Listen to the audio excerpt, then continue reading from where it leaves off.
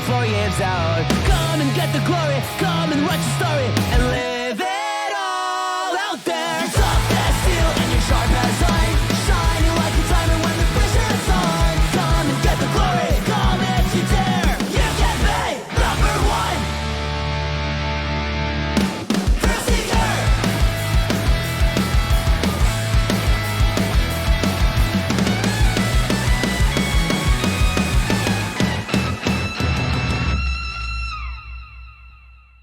But like that's the only thing that you have.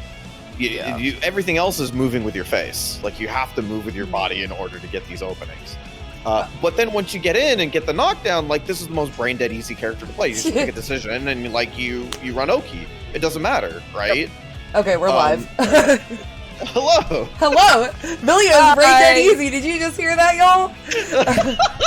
No, it's out of context. Don't get me. Million players. Millions of characters for little children. I think Million players would agree. when you get the knockdown, it is kind of brain dead easy. Okay, good evening, everyone, and welcome to the Training Mode Network. If you are new to the Training Mode Network, we are a beginner and intermediate focused fighting game community. We run tournaments nearly every night of the week and community events on Saturdays. Our community event for this Saturday had to be canceled. Naked Black Man is not feeling well this week, so we are going to try to reschedule that sometime soon. That being said, let me add the thing. We do have our Dragon Ball tournament on Sunday, so make sure to sign up for that. But where is the next Saturday, the 16th? We're going to be having a 100% orange juice competitive event. It's going to be Saturday 3/16 at 12 p.m. PST, 2 p.m. CST, 3 p.m. EST. If you don't know what 100% orange juice is, it's basically Mario Party, but anime. Very push your luck style online board game. Very fun. And it is like, goes on sale for like $7 like every other week. So it's a very cheap game. It's like $12 usually. So yeah, it's got a really low ground floor, but really high ceilings. So make sure to, if you want that, let me get the form. Okay. So if you want to, sign up. Other than that, we've got a great bracket for you tonight. I am joined on commentary by Green, the lovely Green, back for Exard, and Sammy, who has done commentary for some of our other games, but never Exard. Good evening, though. Hello. Not for Exard, for TMN, but yeah.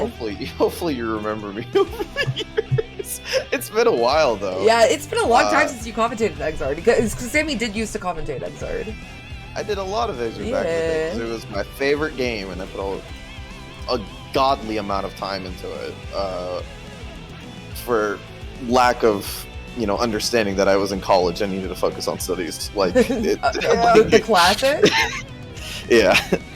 It was even worse too because I was in Oregon at the time, and shout outs to the Pacific Northwest scene. They're amazing and I love them, but we only got together like once a month, so like 29 days out of the year was me actually just sitting in the lab and doing the same 3 Kai setups in a row. The only 3 that exist. Okay, let me get in line. They're starting. Bruce Lee quote. Sammy, get in line. You're not the man who is. Oh god, how do you do that? Press J. Oh my god. Walk up and press J. Okay. Oh no, you're in line. I mashed. Okay, there you go. Yeah, you're a jam player. Of course you mashed. So. That's crazy. Okay, so the character is designed to mash. Okay, she is. If I had that 5K, I'd mash too. Yes. But I want to go over the bracket tonight. We have a ton of returning players who haven't played in a while, as well as new players who are very good. The people in the bracket who can graduate tonight are Learn and MF Beautiful. Cliff the Kid was injured, but they had to drop out. So they had to DQ. So Cliff would have been able to graduate, but they will not be here tonight. But we got a lot of great people. We got a graduate of another game. Jacob has graduated Guilty Gear Plus R for TMN. So, but first up, we're gonna have Hollis versus Light the Iron Man. We saw these two last week, but a little earlier we're gonna see them this time. Venom versus Eno. Yeah. So Venom 6P. Hey, so Venom 6. Oh, okay. Oh, so Venom maybe not. 6P. I will say I've played a lot of this matchup with Ducky. It's not the 6P that actually fucks her up. It's the 2H. 2H covers both hover and stroke. They gave Yeah. Venom the crazy 2H in this in the Rev series, and yeah, it's definitely one of those matchups. I think it's a pretty classic matchup in Guilty Gear, where it's like Oki character versus character that has no defensive options but a lot of zoning tools. So it's like you're trying your darnest to get in, as you know, but like if you ever get knocked down as you know yourself, like you're very not happy versus this character. Yeah. Okay, we're in there. Alright, round start 2. Okay, we have the knockdown numero uno. Wow, that mash. Yeah, and I like the early burst actually, just because you're playing against a character that will try to Oki you and hit you a bunch of times. So spend it early, get out of the pressure, and then that way you might get another one before the round's over, or the game's over, I should say. Yeah, exactly. XP stuffs the approach. Ooh, that was a great tech trap.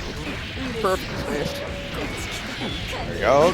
Hopefully carry to the corner. Yes, sir. Oki. Nice. Yeah, love that YRC. Steve, what's up? Ooh, Red Hill to end it. God damn, that super sucks. It will never kill. It will never kill. That super is awful.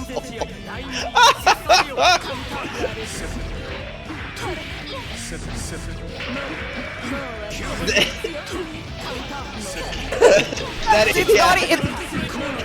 That was its niche use and it didn't work. Oh man. Alright, wasn't able to complete the combo. Yeah, that sucks. That knockdown, losing the corner positioning as well. And yeah, Iron Man keeping That was it going. attempted. Yeah. Alright, into the mix.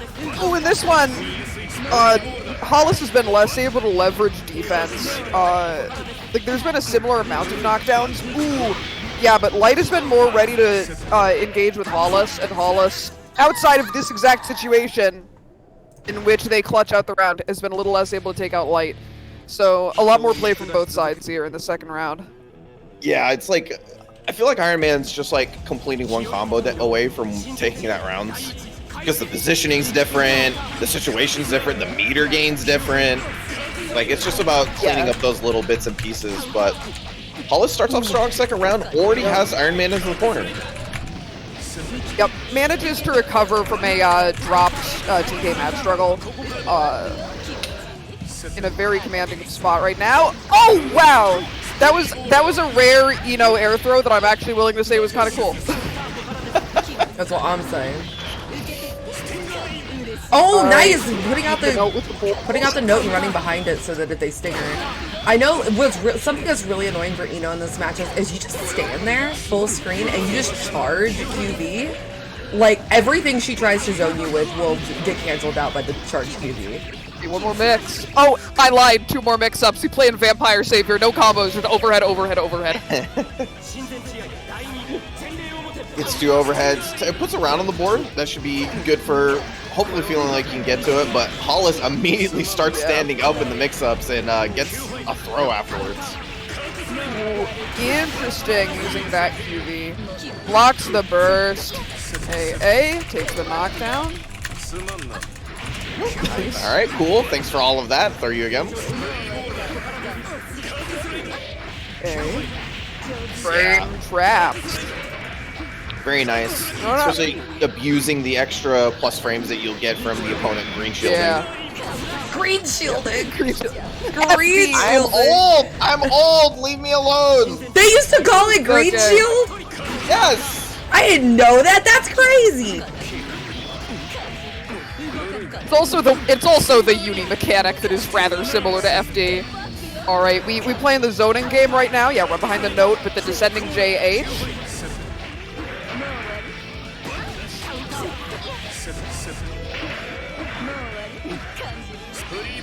Oh, Waiting on the bar right now. Yeah, I wasn't able to react to the stroke of victory. It's a knockdown. Oh, looking for something there.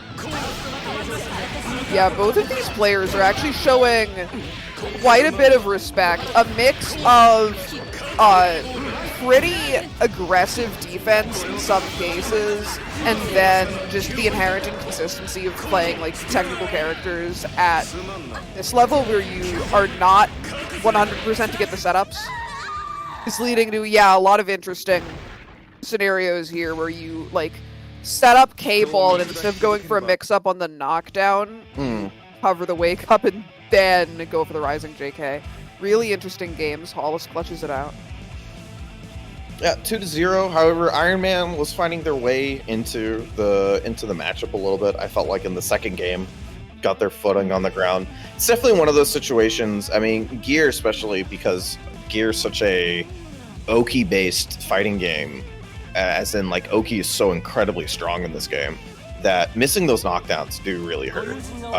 But I guess like the thing I would say is, and Dove can actually back me up because Dove's been playing the matchup, so or can tell me I'm wrong, is looking to play at that, like it's kind of hard, but you're trying to look at to play at that range where you can be at around HCL range, and without him having any balls out, and then you're kind of looking for just to get in. Like you're doing your best not to run into things as you're going along. So it ends up being easier said than done, but like constantly playing in that range where Venom has to be afraid of getting knocked down is kind of the goal. Okay, this is a matchup I know about. This matchup sucks for Jacko. And it's not even one of her worst. Yes, it is. Yep. This is a character with a triple low sequence, triple low Gatling sequence, and kills all the houses very easily. His 2P, literally, if she's at mid-range, which is where she's supposed to be best, which obviously Kai is really good at mid-range, 2P stuffs everything she can want to do, and then if he recovers in time to do 6P. Yeah, the only thing you have to worry about is that slide right there, because that's kind of the thing she wants to slide underneath a lot of your pokes, but you can adjust for that quite easily. Yeah, the Lucky Charms Jacko colors are cute. Oh! My god, FBD! They're so crazy with it. Spider is very good. Very good intermediate Jacko. On the pack reversals. They don't enter a lot of stuff, but they get the flow of Jacko very easily. They understand how she's supposed to work. Yeah. Also, the best macro melee player in North America. They're so good. They play that dog guy. What is that dog guy's name? Poochie. So there is the Yaoi versus Yuri battle was in Master Melee, and Spider like swept the entire thing, just playing the dog guy. Yeah, I mean, Spider plays a lot of shit games, including Guilty Gear Exert. Okay, a little bit of Vapor Thrust going on. Solid IVs, gets out of the corner with the 3H. Wow, backdash into Zest. Very, very aware. Yeah, just throw that. Yeah, gets a kill on the house too. Oh, doesn't block 3H, and right into my loving arms. Gets the throw as a tech-in, tying up the round count. I think Jacob is gradually realizing that he does not need to press very many buttons to be fairly advantaged here in most situations. No, for the most part, you can harass this character quite a lot, but you only really have to worry about one or two things, and a lot of the times the risk reward's in your favor, but not if you give up a burst like that, completely win. Yeah, there were a series just perfect decisions from Spider there. We gotta get out of this. And the Zest, so aggressive with these reversals, but it's working out great. Nice. PRC recognizes the situation. Wasn't able to get the full combo, but good reactions there with the meters.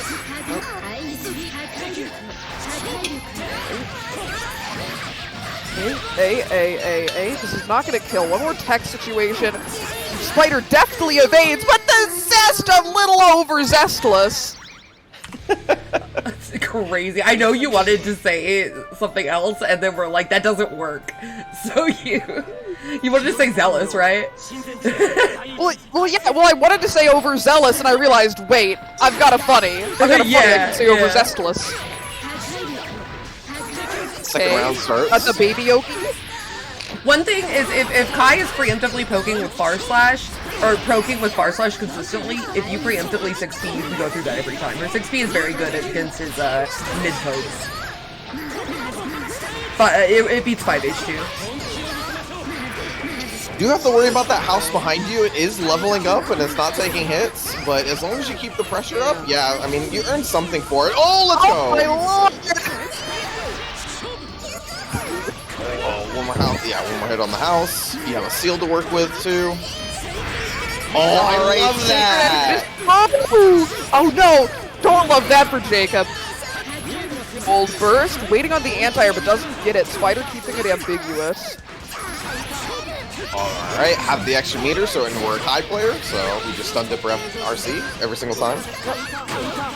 Oh, counter, nice. Ooh. Tech JS. Yep. Or as I like to call it, Kai's better aerial DP. 6P gaming. Unexpected, actually dive kicks back into the corner. That's gonna give Spider some time to set up some houses, but gets knocked down unfortunately. Loses one of the houses. Late cancel, trades not in Jacob's favor. Tries to catch him with that 2H, but good double jump to get away from it. That was a dangerous whiff. Ooh, big trade.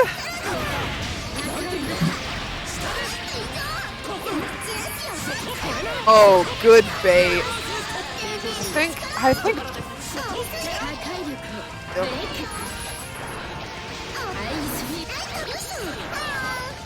Alright, recognizes the Aegis, can't start zoning, goes right back in. I think Jacob is really getting the flow here.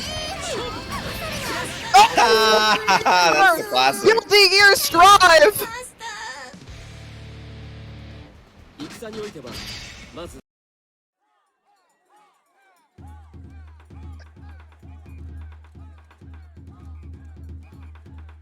Yeah, good stuff, good stuff. Yeah, that's always been a pretty tough matchup for Jacko. Any of the characters that kind of have that triple Gatling string that kind of easy clears houses is quite difficult for her because it doesn't mean that she can't set houses and sit on them. A lot of the times what she has to do is she actually has to set houses and then leave, which is very annoying. Yeah. Because that means that you basically have to play all of this pressure without the houses and not get hit, and then just hope that you guys don't get hit long enough for the minions to show up and actually do damage. It's just like really reverse way to play the character, and it's kind of annoying.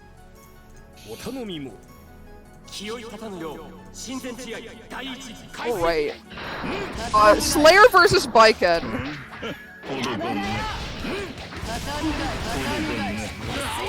Oh yeah.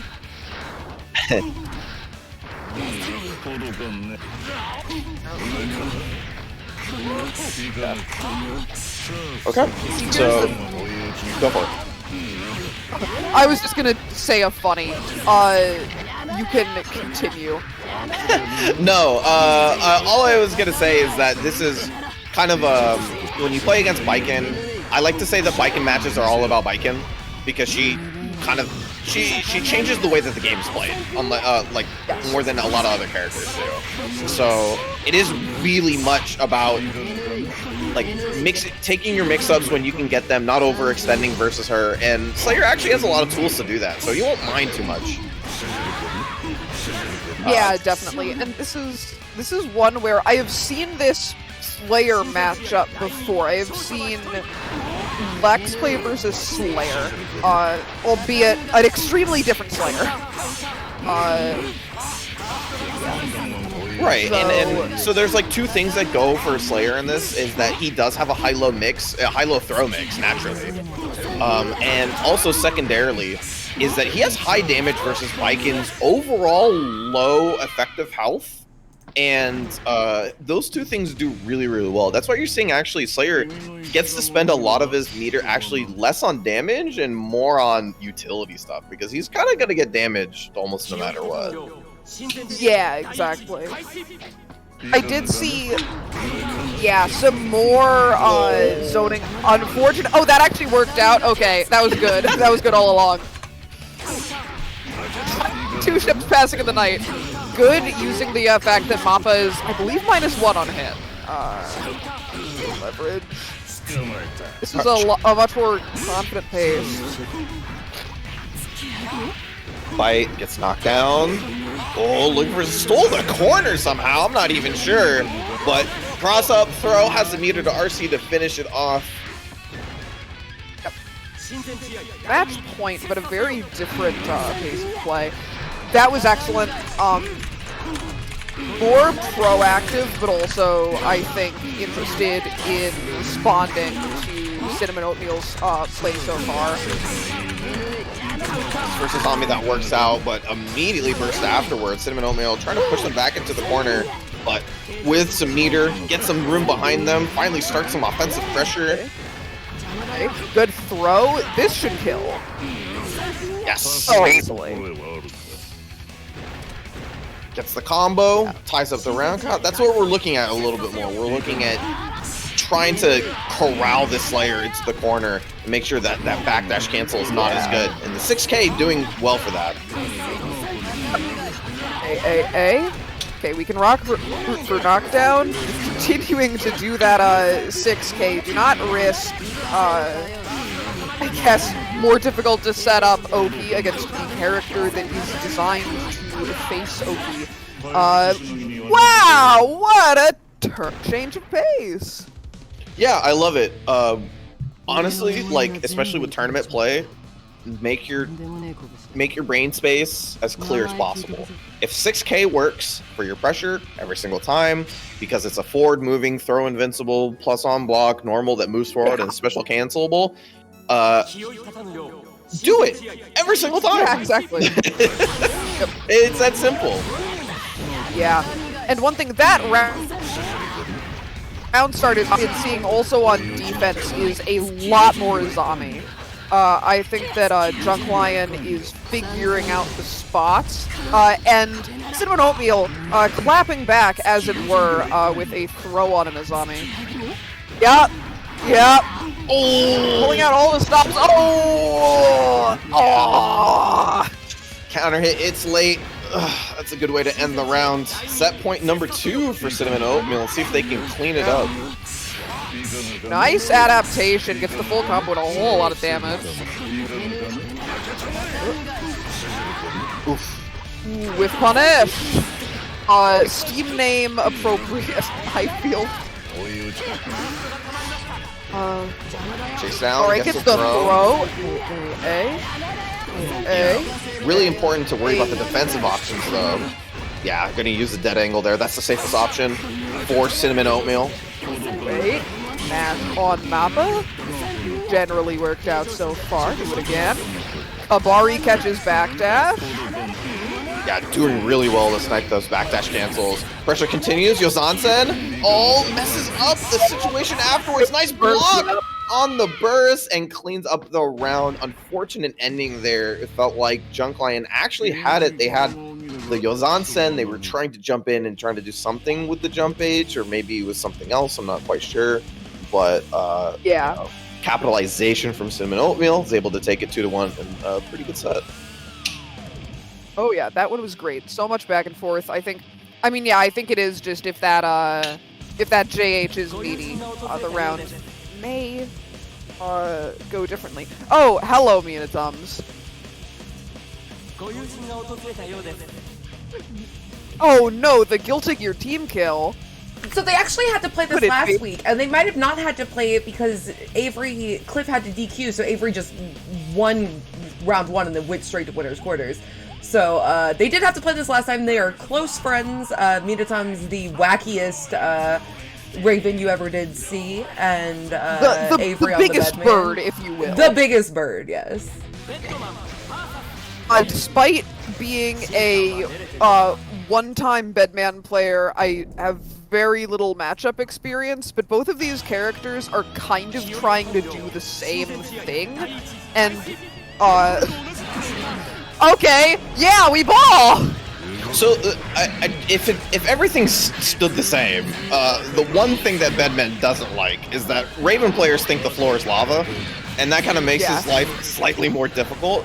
The 6P does work well, but like it's something you kind of have to do quite often to deter the Raven player, and the reward that you get versus the reward that he gets is not very much in Bedman's favor. What a read! Yeah, my heuristic for most Bedman matchups is that it is on the Bedman player to adapt their neutral to the demands of the matchup, because their layer 1 is kind of janky as hell. But I do think that Bedman, what I think is going to be seen is this is a matchup that both of these players have played a lot, hence doing shit like that, which was very, very, very cool. In general, I think this is a spot where we are going to see how Avery adapts the use of task A and air-to-airs to cover Raven options. Or I might be talking out of my ass, and this is mostly going to be about the interactions between Raven stuff and forward dash, which kind of rules also. Yeah, you do see that Avery is working hard to find those opportunities to get in. Gets this knockdown here as well. That's a great setup for Oki, but doesn't get to put Minitums into any sort of lockdown or a lockdown. That worked. Lockdown in the corner, switching it around. Oh no! Still gets hit after the YRC! Yeah. That is a projectile, which means, among other things, Aegis Field just eats it. I will say... Enough.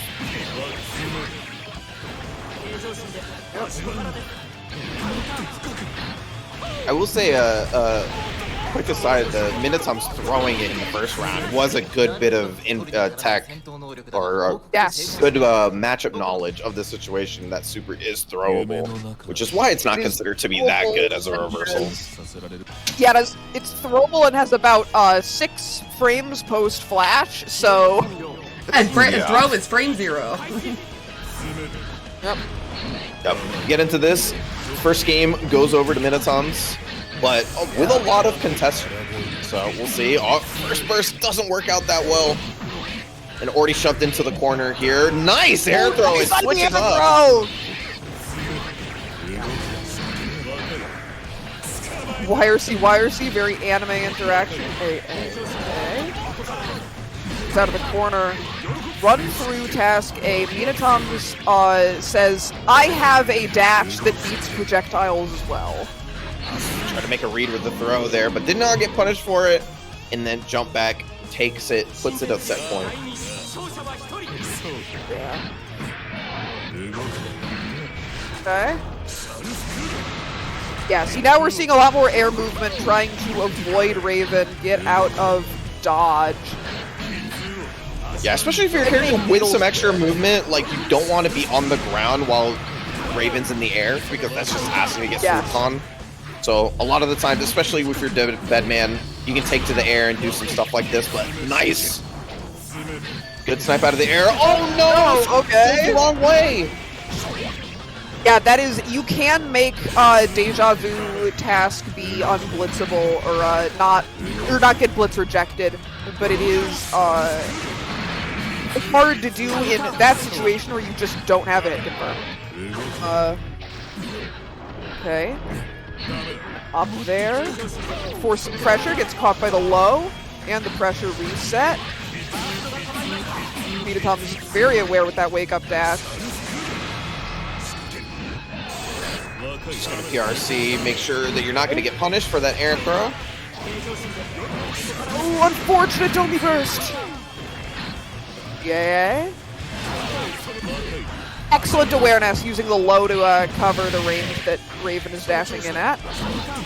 That could have killed. Maybe baiting a burst. Yeah, I believe they were trying to bait a burst there, but get the kill anyway. And the Minotaur still holds on to the burst afterwards, so does have the opportunity to play for that clutch moment in this final round, but he's gonna spread out, trying to play around those deja vus, but not trying to sort of overextend versus this Raven. But nice, finally gets that nice knockdown that they were looking for. Yeah, and then, all right, that is real if they are already jumping out. The beats the burst. Oh, outranges the command grab. Let's go, Avery. Yeah, it just needs any sort of hit afterwards, recognizes the opportunity to go in. And Avery ties it up after... That was a really, really good last round. A lot of control.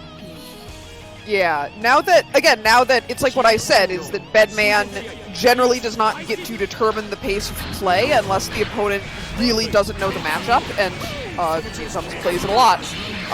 So what is happening here is that Avery is getting warmed up to what Metatums is doing yet again, and also just I think generally getting reps with how to move. I feel like you relearn how best to use try dash every time you boot up with Bedman. And I think that was a big determiner. Oh my god, that 5P! 5P is... It looks like it should be completely broken. It is completely disjointed. This 2P is pretty cracked, yeah. Third set point here for Minitoms. Oh yeah, oh yeah. I think Bedman 2P should be 4 frames. Just give him the Hagen button. It should be 4 frames. Like, honestly, that would help his issues on defense so much. Hey. Speaking of the issues on defense, we're in the blender. Yeah, has to burst to get out. I don't mind it at all, but Avery throws themselves into the corner, or sorry, Minitoms throws himself into the corner, so kind of having to escape after already trying to get some pressure. On task C, make up a wall. Forced to hold that needle YRC. This game is good. Whoa, what a defensive option! Oh, gets hit out of the air. So, this is... Nice. Ooh. Yeah. Snipes the task C, and that would have been about 10 Bedman combos to make that up. Yeah, tough situation though. You're just not fast enough to deal with a lot of the things that Raven wants to do, but still, Avery played that really well. I liked how they approached the situation. They were doing their best to be aware of the approach that Avery was very aware of the approach that Minitoms wanted to take a lot of the times. But I think some of the decisions, the defensive options, some of the burst whiffs didn't really help either. So, you know, just little stuff, I think, because the offense looked good. It felt like when everything was rolling for Avery, they felt like they had the idea going. Like, I think it was round 3 of game 2 where I felt like their offense was like really rolling, and I was like, man, if I could see this every round, like they would take this easy. So it's just about that little bit of more consistency. But we get this next up. Hollis showing back up versus Show. Yo. Pink square chip, we ball. This was actually the reason we got to see the chip mirror color, because Cliff and Show played in the same bracket. They both play default chip. Yeah. It's a good palette. All right, just get out of dodge. No, come back to earth. Big ol' ball. Sometimes I feel like Hollis puts a back turn on his balls just because it like wants to show he can do back turns on them. Because it's pretty difficult in the spur of the moment to be able to put a back turn on the ball. But sometimes I'm like, what is the setup here where you need back turn on this ball? back spin, not back turn. Yeah. Oh my god, that clash! Yeah, all right, that clash 6P was so sick. Nice 6P back. Trip 6P, kind of a gamer button. A. I like how Chip doesn't have any routes that aren't gut crushes. Go low, hell yeah. Yeah, kind of the design of the character, death by a million paper cuts. But unfortunately, the bad thing about this is that, you know, Chip really likes just skipping neutral on this character, so it feels like that Venom doesn't really get to set up as often as he would like. So he has to look for that knockdown first. But unfortunately, gets clipped out of the air by the 6P overhead. Keeps the pressure going with the teleport. Been showing a lot more, been showing anti-air a little more as the set has gone on so far, and I definitely think it's in response to Hollis demonstrably fishing for air throw. Low. Yeah, gonna burst. Has 50% as well. Oi! Oh my god! Yeah, that is kind of rad awareness. Yeah, I mean, you know, great chip rounds. Just I constantly had the mix-ups working out in their favor in the corner there. Yeah, and then this character, Chip, is kind of inherently playing a couple steps ahead. Stuff like that. And so managing to still see adaptations this early is very impressive. Nice snipe out of the air with the alpha counter. Yeah. Burst out and immediately took their pressure back. Returns the favor. Hollis trying to find their footing on the ground. Oh, that a reset, yeah. Yeah, It's quite a Rellamore. classic setup for Chip, actually, is the back tech getting caught by the 6H. This is match point for show already. Waiting to snipe the ball set. Oh, too late. No, Ugh. please, tech. Please late tech. Or air block afterwards. Gets copied again, Rosan off the wall. Whoa. Hey. Okay, yeah, don't let that happen again. Hey. Lots of damage. This is what happens to Chip. If we can just get one more mix. Good YRC forcing the burst out. No neutral for you. Yeah, it's just so difficult. Like, the character just doesn't get the opportunity to, like, sit in just neutral. Like, you're always just constantly tense about the options that Chip has. So it's and the problem is that it's always up to you to do something about it. Like the burden is on you entirely to constantly snipe Chip.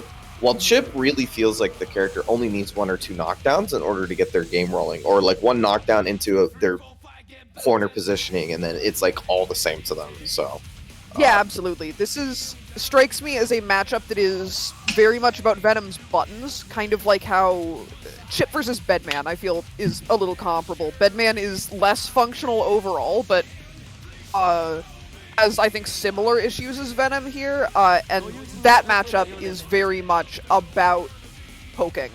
But again, it's also an interesting case where the onus is kind of on Venom to be presenting the right option.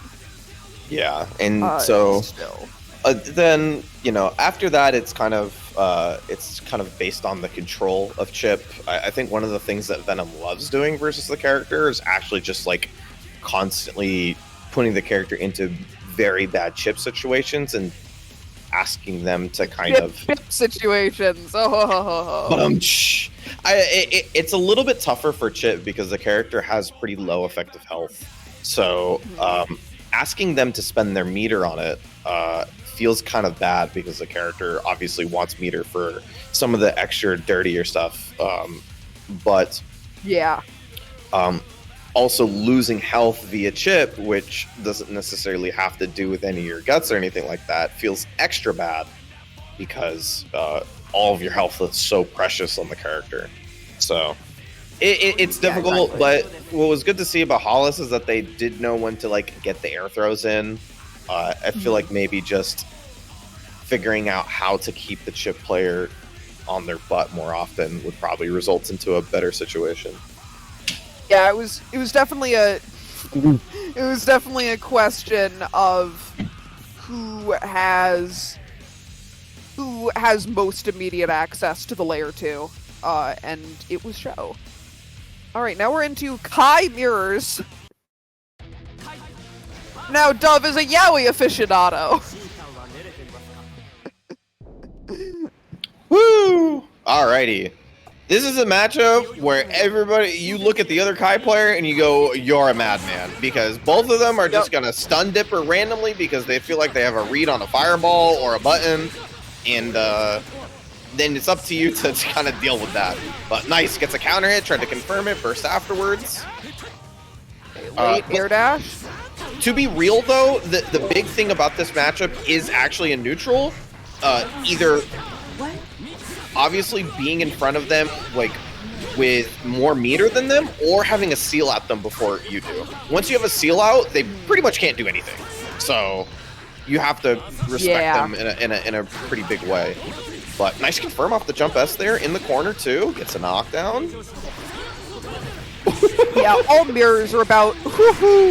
All mirror matches are in a sense about breaking parity, but Kai wins in a lot of interactions, and has answers to his own defensive options, and thus you're very much right in saying that this the neutral defines the pace of play, in part because so much of it is just going to be spent in situations where both players have equally good answers to whatever, like, spacing is being engaged. It is an XJS gaming. It is an incredibly fun matchup, though. I mean, it's not fun once you get into this position because you're like, why am I a Shoto with mix? Even though you're playing the character yourself. But Dude, this character's bullshit. yeah, this character's been good since the very first version of the game. Yeah. It's because of his beautiful, long flowing locks. Here's the thing. Plus R Kai, not very strong. Strive Kai, I think he's actually in a good place right now. But Exert Kai, consistently good, because he's got a perfect, beautiful blonde mane. So true. Alright. So true. Ooh, anti-air stun dipper. Wasn't able to get the the CSE Durandal through the call. seal, unfortunately. Counter hit JD! Yeah, that's going to be big damage. Going to burst them back into the corner. Zigbar, you could have baited that. Why aren't you jump canceling baiting burst there?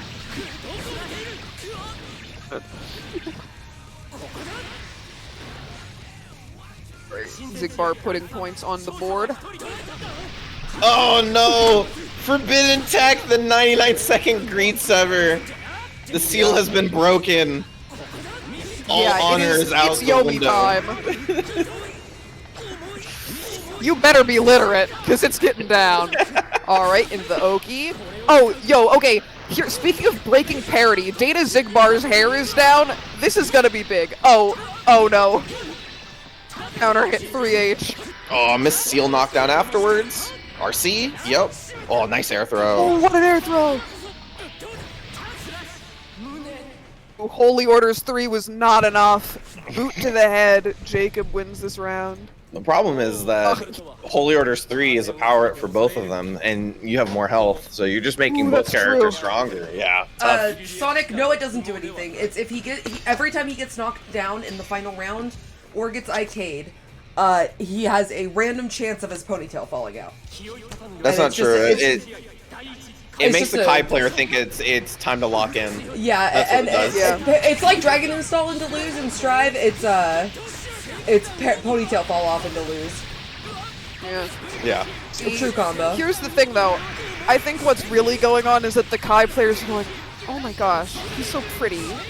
Then they start winning, you know? Oh, speaking of beginning to win, solid perfect for Jacob. Yeah, one thing about this matchup is you can, if you do fortified stun edge or charge stun edge on wake up, he can fortified mid screen. He can stun dipper under it.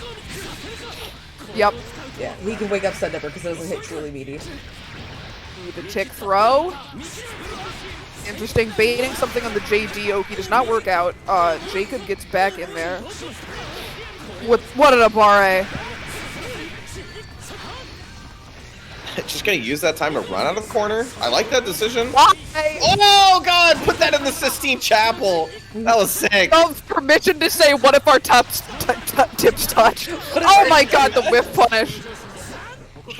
Permission granted. What if our tips touched and we were both kings of Illyria? Alright. I mean, Oh, some don't people- even need Some the... people do ship Leo and Kai. Tech JS, the best tech button in the game besides MJ. It's always... It's been cooking so much this tournament. I feel like we've seen it twice every round, even when Kai isn't on screen. It's so hard to deal with. Kai Tech JS is so hard to deal with. Oh, not low enough to go through the seal. Oh, no. We have managed to snatch defeat from the jaws of victory, but Jacob is still on match point is the thing. Ooh, these JKs. Oh my god. Rainbow Road rearing its ugly head. Alright, goes It's a home. rate of like 3 greed severs every 5 seconds. It's 0.6 greed severs a second. Okay, Zigbar takes the Yoku. There we Nice. go. None of that shit. Stun Dippers onto the greedy charge stun edge there. Oh no, gets hit by it. So much damage! Ooh, just gets a jump in on there. No combo afterwards, but makes it up with the throw. RC? Oh, tried to go for the nice combo. A Yeah, little he bit tried too to do tough. steel loops. Steel loops are hard, it's okay. Also, Kai is hard to do steel loops on. It does not work like it does on Zato or similarly sized characters. Oh, these dangerous whiffs we're swinging this 2S. Or 2H. Yeah, I wasn't close enough to get anything else except Great for the far PRC. S. Oh, I had to block the JD. Oh, wow, what an air-to-air. Gold burst, can it happen? Oh, whiffs the gold burst? Okay, we got insurance. We got one more Stun Dipper RRC. Oh, and we're gonna need it. IB that! You cannot hold 2 6Hs in a row and your Great wrist sever. bar survives. Dead! You're dead, Jacob, with that clutch! All it takes. Look, Stun Dipper RRC is a bullet. He gold burst and had 2 in the chamber. Stun. The worst thing they did to Kai players is make Stun Dipper good. I swear to God. Yeah. And all of a sudden we decided that neutral was a thing of the past. It's just... They Okay. gave Look, us- here's the thing. they gave I us- truly apologize, Cinnamon Oatmeal, for seeding it this way. You did not have to play this matchup, and I did it anyway. Nar. This is Nar. Slayer's very I'm not. worst matchup. This matchup sucks for Slayer. I'm not. I'm not. You're playing Slayer. Yeah. This is your divine punishment. The real apology will be made to Cinnamon Oatmeal when she goes to hell for her character choice. I don't even believe that. I'm fine with Slayer. I have had nothing Oh. but good games against Slayer. No, I think Slayer's fine in this game. I just, what I say still stands though. Your base. Oh my god. Oh my Oh god! my- Oh oh my my god! What a read! That was such a read. He knew that she was gonna dandy backwards and do something, like pile bunker or something, because she wanted that big hit. Slayer players are always moving backward and then forwards again. This is You kind know? of how the character works. What an air dash. Unfortunately does not work out. Okay, we got pressure? We're making Potemkin block. No, we aren't. OTG. Sonic, I need you to like shut up. A I'm character into can my be bottom loving one. arms. A character can be bottom one and still have good. He's also not bottom one, but a character can be bottom. I mean, he could be. It's debated. But a character can be bottom one and still have good immunes because like Slayer is weak to active lows and also weak to command grabs. What? Yeah. Does Potemkin have? Active lows and command grabs, and very active buttons. Yeah, as and he well. also has an armor move against a character with no grounded no double multi-hits. hitting. Yeah, no double hitting buttons. Yeah, it's not that the character's bad and that he can't fight. It's that he counters this character's specific game plan and tools. I will Yeah, say exactly. also that historically speaking, this matchup has always been skewed towards Pot, even in games where Pot's good and Slayer's good, or vice versa, or any Yeah. combination of the sort. Like this matchup has Fundamentally, yeah. always been in Pot's favor, at least 6-4. It's bad in Plus R too, and Yeah. it's been bad in every version that these two characters have been in. Maybe not in Reload. I don't know the game competitively that Because long. Slayer was I just think like the stupid in reason Reload. that he says that is that, yeah, so Slayer was also fucked up in AC, but so was Pot. Reload is a game where Pot sucked and Slayer had load bite loops. So that might be a good shout, actually. Ooh, backdash. Oh, the 6P! We're taking risks right now. We're doing a little twirl. Oh, there's a multi-hit right there! Yeah, good use of JS there. It's a thing you have to go a lot to once you IAD like that to avoid dealing with Hammerfall. I like JD being about Oh, a no. pixel away from getting out! Come into my loving arms, Papa! That was two Slayer games, right? is canonically... Yeah, that was 2 games. Yeah, it was. Slayer is canonically, like, homies with Gabriel, who is obviously Potemkin's boss and kind of adoptive father. So, in a sense, this is, like, an interesting case of, like, I don't know, a younger man being extremely capable of, like, killing his stepdad. What the fuck are you talking about? No, Okay. Sorry, go for it. being friends with like deep lore Guilty Gear people has poisoned my perception of this game. I can barely discern headcanon from reality. I mean, you're not entirely wrong. That's kind of where the lines lay. Leo, Pot is a trash character, but the problem is that Pot also has some of the coolest mechanics out of any grappler ever, because he's kind of based on Daimon, who has some of the coolest mechanics out of any grappler character ever. So there's always like this idea in your head as a Pot player that you could just like use your tools better, but the character does suck. I've never wanted to say a character is more trash than after playing 7 patches of this game and watching this character be trash every single And you know, they kept buffing Faust. Every patch Faust got buffs or was unchanged. Yet Potemkin. They wanted the character to be bad. What can you say? Oh like, no, Cinnamon Oatpillows fake Spider. This is probably Spider's most played matchup is Slayer. Oh. Okay, and that's a really good matchup. I do feel like... as well. It may be I do sometimes feel like... Yeah. AC Potemkin, vanilla AC Potemkin, despite having a 2-8 against the best character in the game, was kind of a fucking nightmare. Because, okay, his main thing was just that he had very accessible, unblockable loops, and kind of didn't need to, like, play Guilty Gear or play, like, Potemkin because of that. It's like, I will play Potemkin neutral and you will die if I hit you. And that is the crucible in which Fab was formed. Okay, so we got Metaton's versus Jacob. Ooh. 2 players that like to scramble despite playing characters with really good OP. Yeah, this is actually a fun... I remember this being a pretty fun matchup, because this is a character that wants to go into the air quite a bit, but you're also a character with really good anti-air, so the Raven kind of has to think about how they're approaching constantly, and that's one of the reasons. 2H is just a wonderful fly swatter. Oh, yeah. I mean, that... Unfortunate, but we've still locked Raven down. I feel like, just out of vibes, having not played either of these characters, I feel like Raven being kind of bad at fuzzy jumping is pretty good for Kai. Like, just in the sense that he is...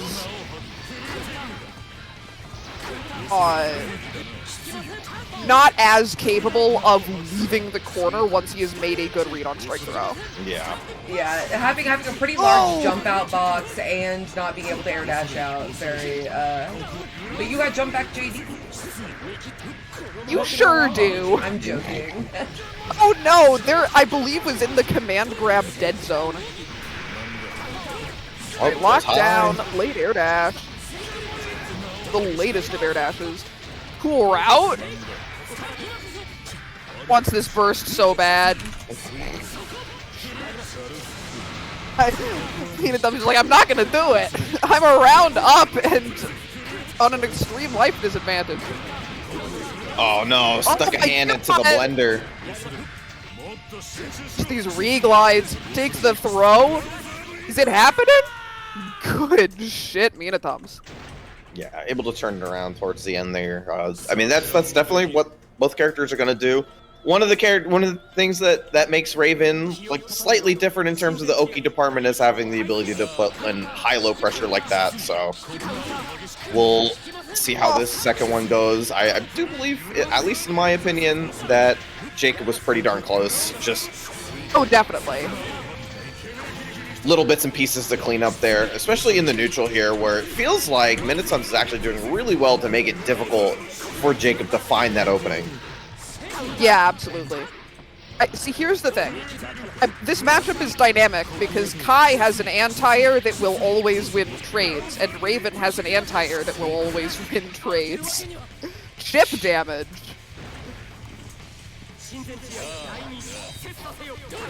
Sitting at set point here for Minitons. Oh, throws before the active frame 6H. Smash. Okay. Oh, baiting the defensive option. Really interesting option. Duck him. Oh no. Delay low. Yep. Knockdown. Good situation to be in. Nice. Just gonna dead angle out of the situation. Doesn't want to deal with the high-low. Understandable.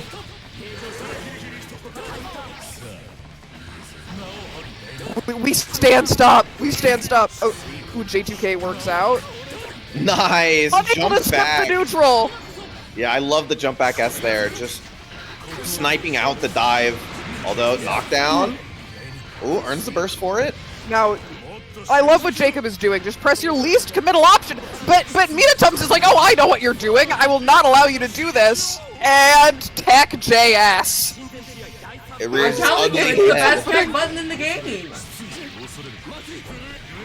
Maybe VOD is better, and maybe JMJ. The JS. Do they have Kai's Bishi swag? Did you Immediate guys DAA, fall not in gonna love handle with that. Kai recently? Yeah. I don't know. He's really pretty. I'm sorry. I mean, I agree. I completely agree. But you have been mentioning his beauty a lot today. Ah! Snipes. Oh. Okay, nice. Just get the 5K. Oh my god, what a read. It's a big counter hit here. Goes for the knockdown setup. Has a lot of meter. Have to worry about that dead angle. No, it's a super actually. And that's going to take it 4 Minitons, 2-0. Both very strong contested games coming down to the very wire. Absolutely. Oh my god.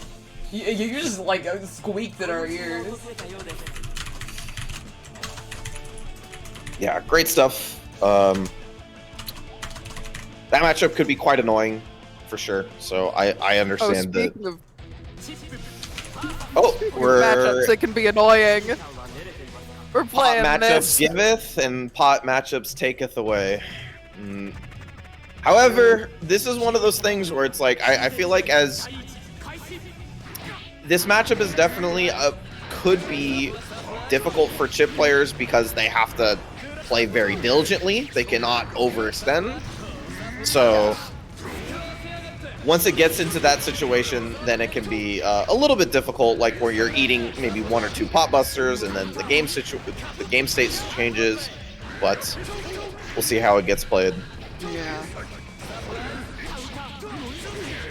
Tries the flick. What an excellent run up low. Good air throw. Look at all the damage. Yeah, PRC to stay safe there. Oh, Genro's on. Genro. I think another important factor here, people talk about chip life. I feel like there's something to the fact that Potemkin's health pool is a lot higher that also makes this relevant. Like, here, Chip is forced to win a couple more interactions, and the structure of his combos is usually better for finishing rounds than it is against pot. What a read! Yeah, nice air Oh yeah, no throw. more of that, no more of that. Burst out of the corner. Trying to look for that anti-air Trishula, just a little bit too early, unfortunately. Yeah. Walking forward slowly. Excellent timing on the teleport to fake out a reactive option. Twigamus. Nice awareness of attack. Oh, tried to make a read. Low committal though, so you can always do something on the way down, but doesn't work out.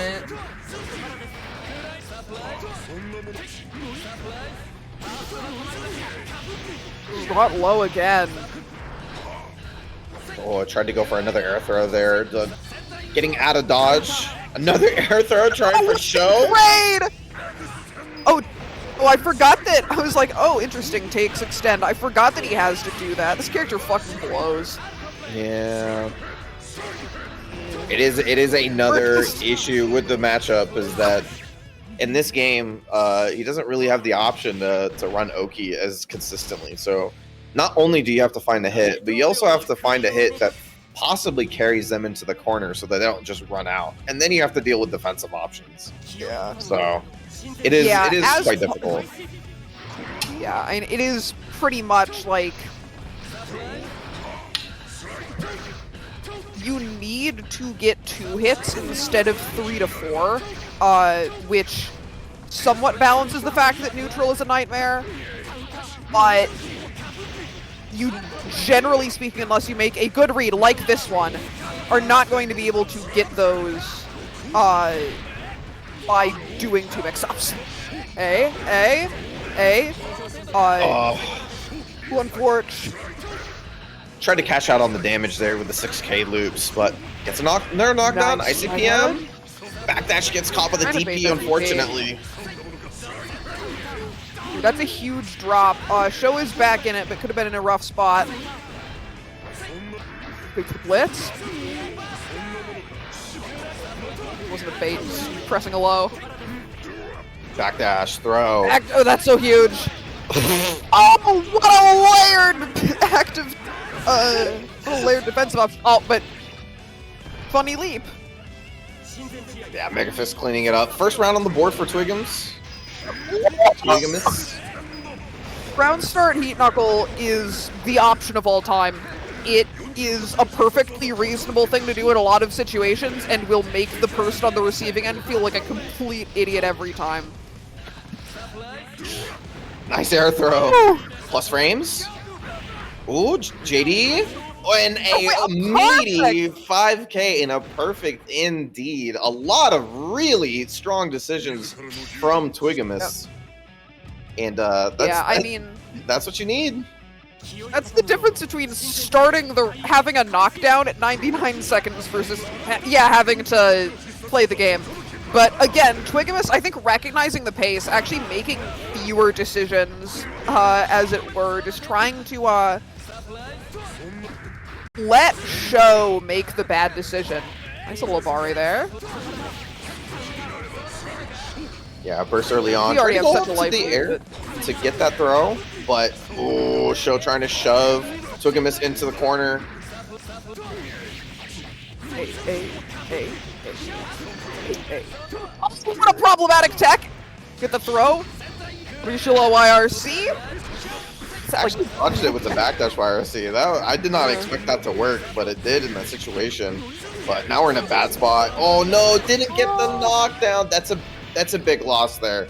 This matchup is favored because of the neutral situation, but you do want to keep this character on his butt as long as possible so you can just use all of your great air normals to make his life difficult. Yeah, exactly. Hey. That does a tenth of Potemkin's health. Ooh, using, I'm not gonna pretend that I know the name of that move, to, read Twigamus jumping. ICPM? And that covers the corner angle really nicely. Wow, that air throw! I didn't know you could air throw. That is plus when meatied. You can air throw off wall. We're learning? I believe that may have been an air throw of what Show was doing off the wall. Yeah. It would be very funny if you could just pluck him off of there, though. Get down, boy.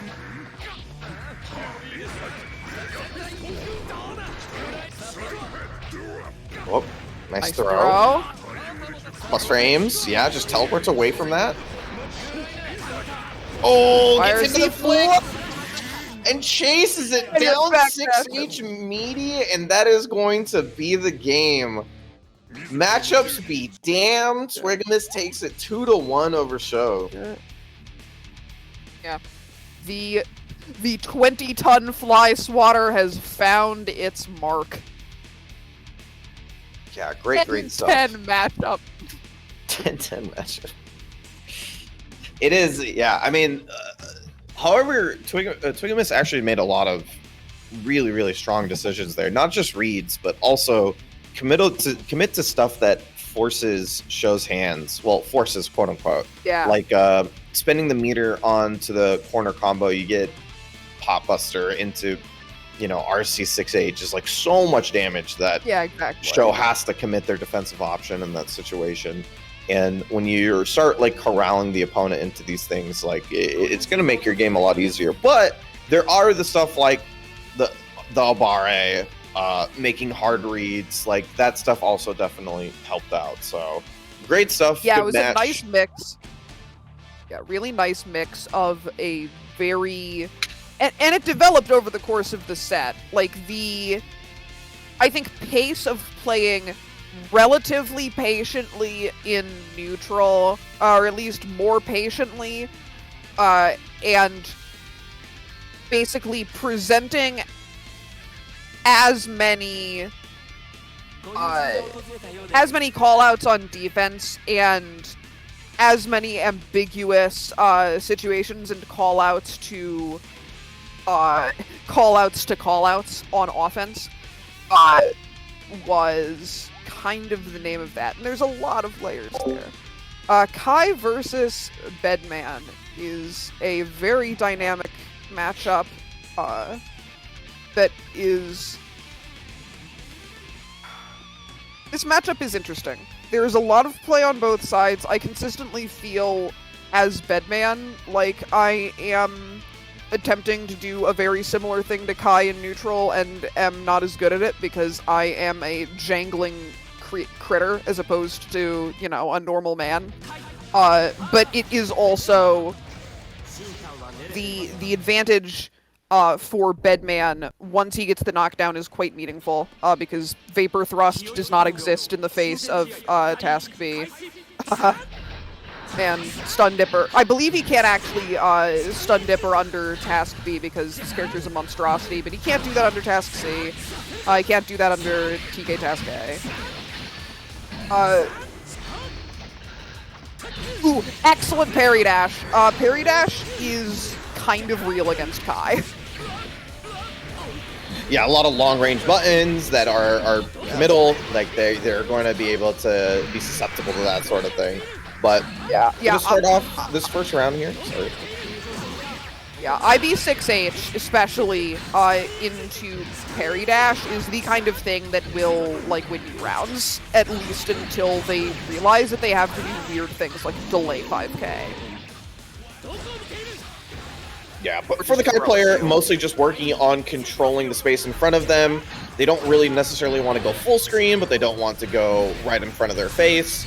So until they get that knockdown, they're really just looking to control that space in front of them. However, Avery doing really well this early on to kind of snipe them as soon as he wants to approach. Yeah, exactly.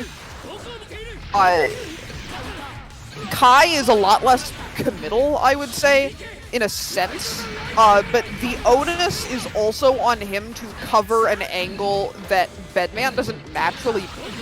Or to basically cover an angle that he's bad at covering and Bedman is. And we've been seeing that a lot. Avery is in the, top right corner of the screen. Oh, it doesn't work out. The blitz exchange, not all there. Okay, big tack. Jacob still, or Zigbar still clutches it. I don't know who I'm watching. I don't know where I am. Someone help me. Zigbar clutches it out. A lot of those situations in the corner just heavily favoring Zigbar, just getting a lot of damage out of those moments, unfortunately. And there hasn't been a matching moment for Avery, at least not as consistently as Zigbar's been getting. So really about rewarding yourself off those knockdowns, as Avery was able to, Zigbar is able to take the first game. Yeah, Kai is definitely more able to scramble, because Task A YRC is a pressure thing and not an Abare thing. Nice IAD. Excellent IB, though. Now you are in Bedman's Mind Palace. Nice RC. Yeah, trying to stay safe and get some extra pressure off of it. Ooh, good catch on the fuzzy jump. We tech out, though. Yeah, it was such a situation. Avery with a lot of meter, though. This is where they can finally get started, get some dirty stuff going. Yeah. Avery's pressure has been perfect. Disengage and throw a very controlling task A once you run out of high block stun options is gonna get shocked. Yeah. And then get back in, basically, once you are corralling the keys. God, this neutral is so good. But still, Zigbar still has the life lead. We gotta get one more mix. Yeah, this is a great setup. Yeah, I love the low committal AK option doesn't from work. Avery there. Just like, if you press something, you're going to get hit. If you don't, I'm still okay in the neutral situation. Sorry, Al. Yeah. Round starts off strong for Avery, able to get that bed slam and then gets shoved into the corner. I'm eating graham crackers. Yeah, manages the tech situation well. Oh, let's go! Hogs in chat for Dove snack. Routing. A.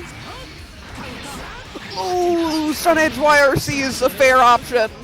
Yeah, gets a combo off it too. They're almost going coast to coast after the combo and the pressure, putting Avery into the corner themselves. A little low. A. Okay, one more mix-up situation. Oh, nice mash. Yeah, Oh, see, we could have had it all. Nice. Avery's been playing this so well. Like, do not look at the life bar, as Bedman's answers to Karaoke are rather limited. This is a scenario where there's a lot of play on both sides inherently, but Avery is routinely more right, I think, about the pace of play. Yeah, I mean, they're making really good decisions and making active decisions, and that's helping quite a bit.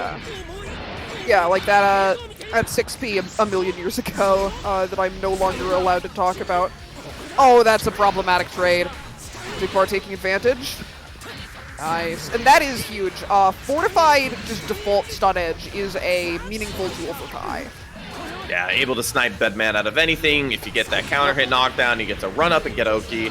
But Avery actually won the pressure here in the corner.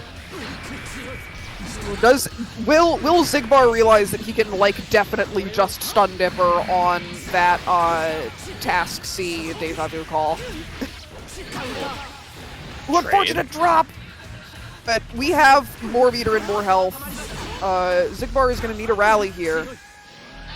That's a 6P. A good decision, I think. Just didn't work out in the spacing. Avery on match point.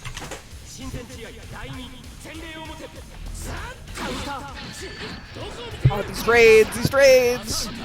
Yeah, That was a trade! Oh, what an excellent air throw! Yeah, puts him in the corner and finally can get some offensive pressure started. I feel like it's been a while since Zigbar has been able to get any offense going, but Avery says no thank you, switches it up right afterwards, and the pressure was mounting. Excellent combo adaptation. Using the sneaky task A prime, attempting to teleport behind you. Oh no, that's such a problematic whiff.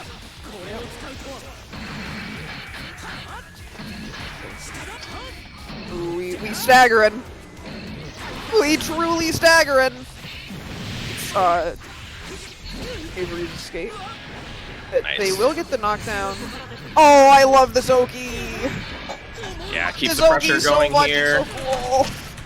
Oh, Deja Vu bed slam, keeping him locked down. The backdash into the throw, perfect spacing for the air approach.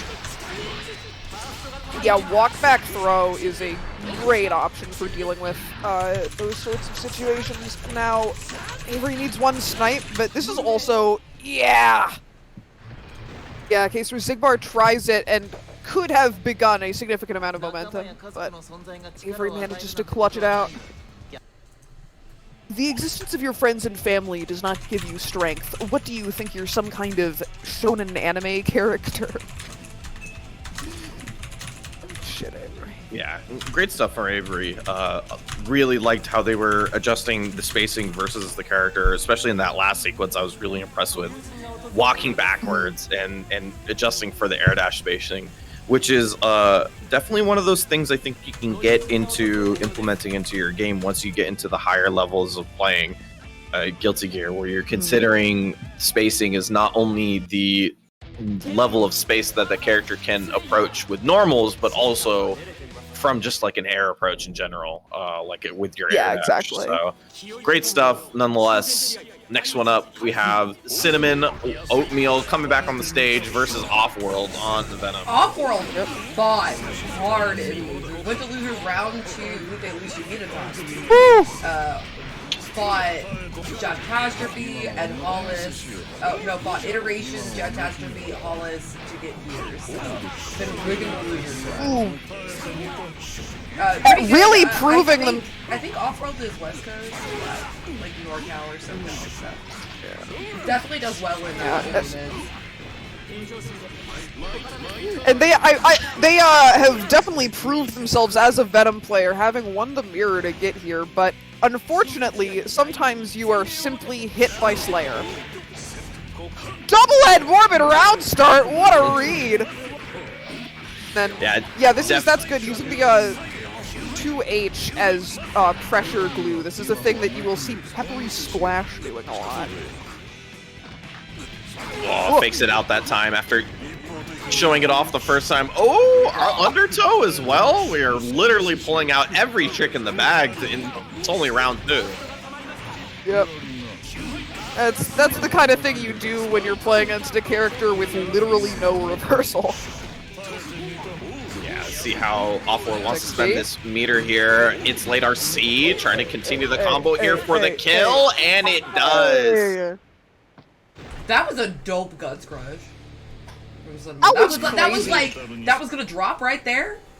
And that was like the last possible pixel. Yep. Oh, immediately. You have reads on round start, so do I. Good IB though. Get the 2D. Still not out of the corner yet. Yeah, burst for burst.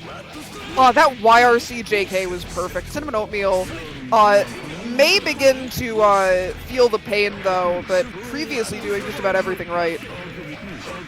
Has that Sometimes big we're meter forced to block set play.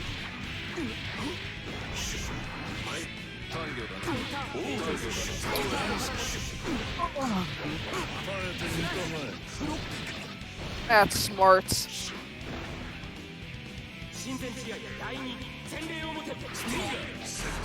Already match point for Cinnamon Oatmeal, my lord.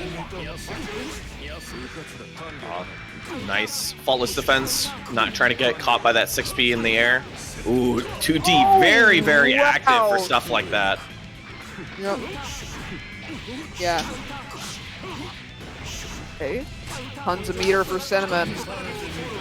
Yep. Gonna use it, baits the burst. Perfect.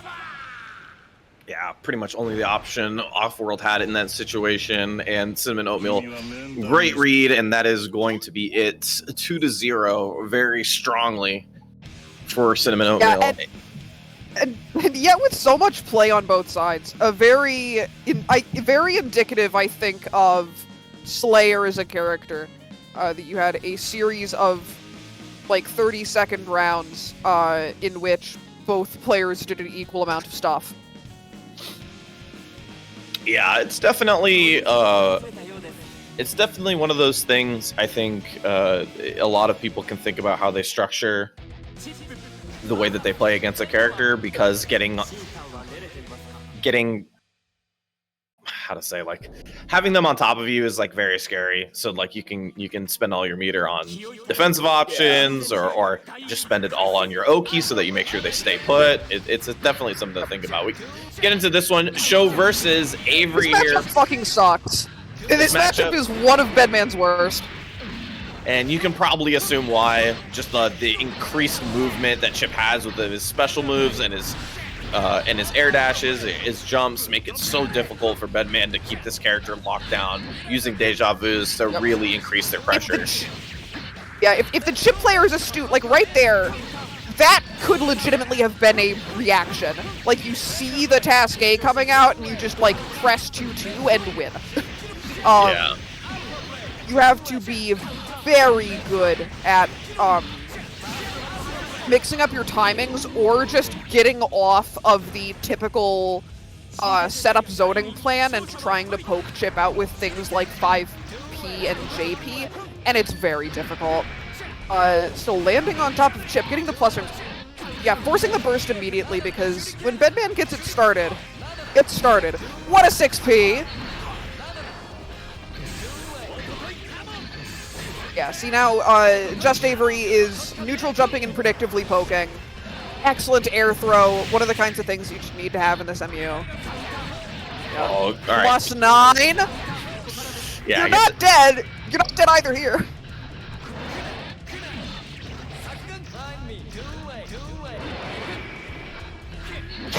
Ooh, that could have come out of... There you go. Snipe low at the end there. A lot of patience here from Avery, just not overextending in a lot of the situations there. Yeah. I think Avery, now that they have the pace, is actually forcing Sho into a position they don't look super familiar with, and that's very interesting to see. Oh, Now big we're 2H counter hit. This is what you want to do. It is also notable that Edman will never trade with Chip. Chip buttons will just blow you up.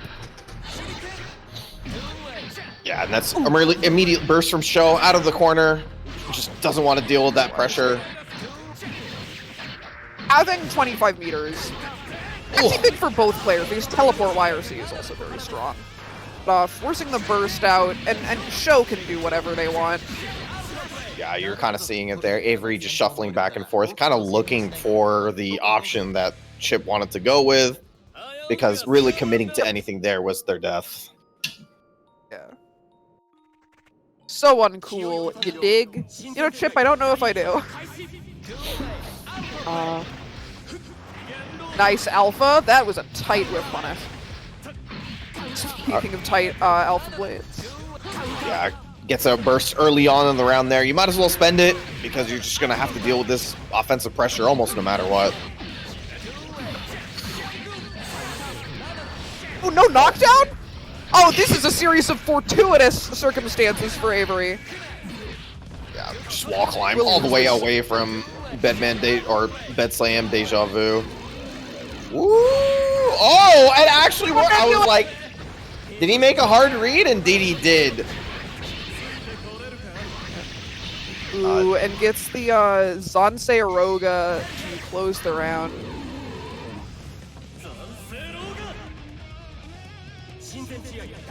Set point here for show. Round start, Bed Round Slam. start. Yeah. Alright, that was a great task A, but the clash with the JH. Yeah, unfortunate. But, oh, gonna Ryunagi. Yep. Get the knockdown here. Keeps the pressure. Yeah. Again, Rose on. Gets a combo off it in the corner. Hey. And Bedman has 0 guts, so... Oh, the burst is definitely gonna kill, though. The bad burst. 2-0 for show. Valiant showing, I must say. Yeah, very difficult towards the end there.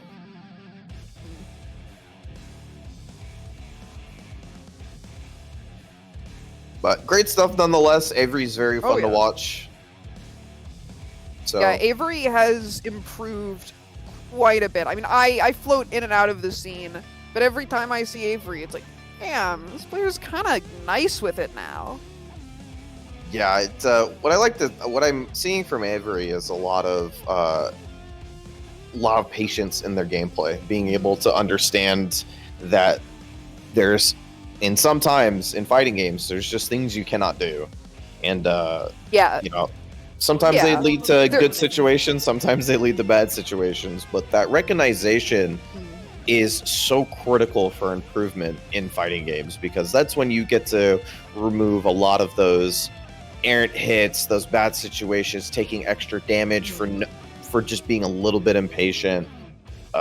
it really helps a lot when you're trying to improve and assess how you're supposed to be playing against people in matchups. Yeah, absolutely. And that's a great point as well, because in terms of the character specifically, I think of Bedman as one of the few characters whose plan is to make fewer mistakes rather than make more impactful, more impactful decisions.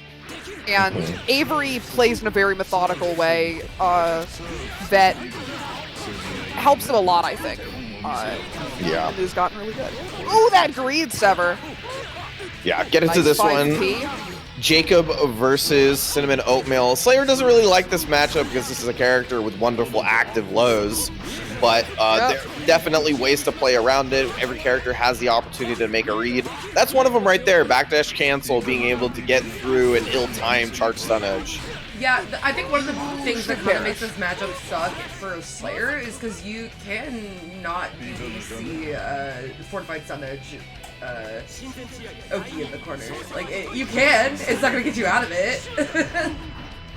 Yeah. Not even BDC jump? BDC jump might, but it's very active. I don't even know if the build from BDC jump will carry over long enough. Yeah. Ooh, okay, we got the bites going. Give him a little chomp. Yay. And fuck yeah. Yeah, just gonna burst out of there towards the end. Just very comfortable with the situation.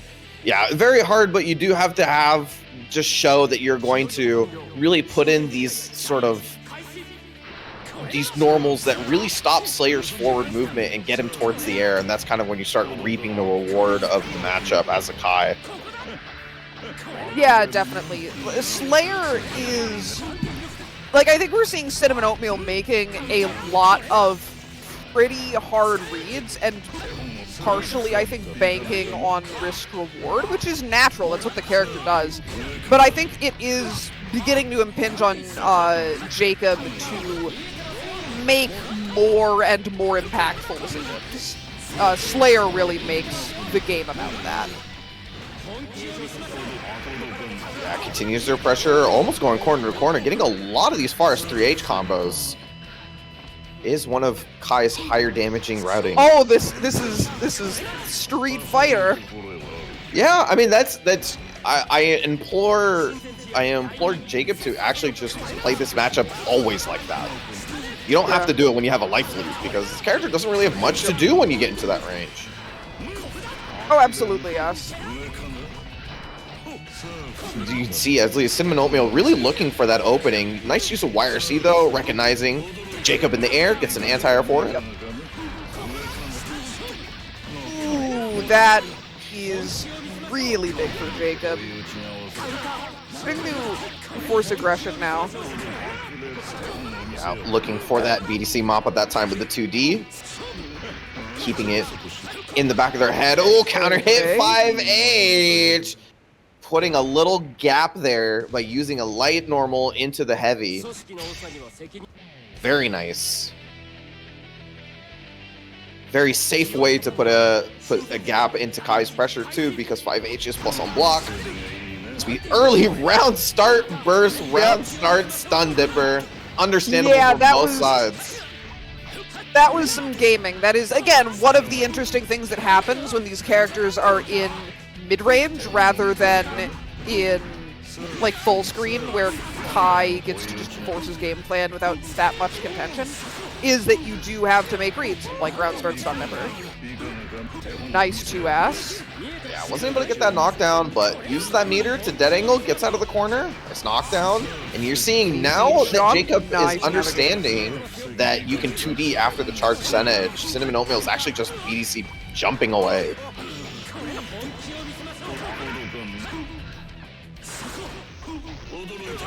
Little IAD, what a read!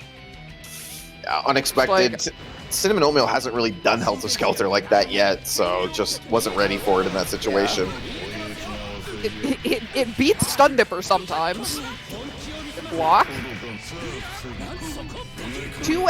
I've seen a lot of 2H and 5P from Cinnamon Oatmeal, and I really like it. Both just like call-outs to the things that Kai is doing that you can call on. Oh my lord! Oh, got hit with the Crocs and socks. This is... Oh, what a genius! She is like actually baby Crocs. She is the female Crocs and socks. I was trying to think of like the feminine equivalent of Crocs and socks before realizing that Crocs are among the least gendered clothing items. It is actually just more Crocs. Yeah. It could be like kitten heels and fuzzy socks. It's crazy. I don't know. Alright, so much dandy YRC. Is it genius? This is the final round. Heck, And Jacob notices the huge advantage he's at right now. Yeah. Once Jacob has started being able to consistently get life leads, it's really changed the pace. Oh, nice Yeah, confirm now- into the Stun Dipper. Oh, tried to go for the classic. Didn't get everything out of it. The YRC baiting the defensive options, but Jacob baiting the bait of the defensive options and blocking. Yeah, that was actually, so a lot of really smart decisions from Jacob towards the end there, going with the final one, actually recognizing that because they had 50% and they had shown DP on Wake Up before, Cinnamon Oatmeal was wary of it, and so just right afterwards confirmed there was no pressure, and then just used that meter to Stun Dipper RC and get out of the corner, and it just happened to hit, and that was it. Kai 2D is kind of the stick my leggy out real far button. Yeah, that's how the matchup goes. You use active lows to beat Dandy Step. And that there might not be a low more active than that. I Very like few. being hey, I have a button like that. The nefarious 2D presser. Or 2H is also an extremely active long-range low. Maybe Raven's got some buttons. Raven does have some buttons, but that was great stuff from Jacob.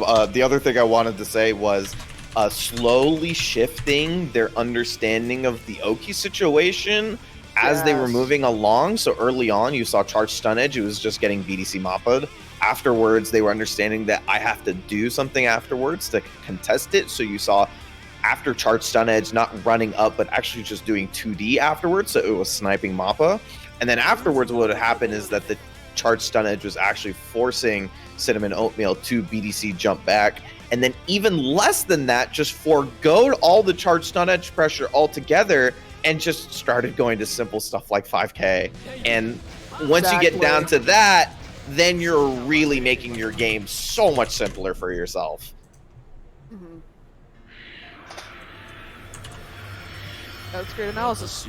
Okay, Raven versus Potemkin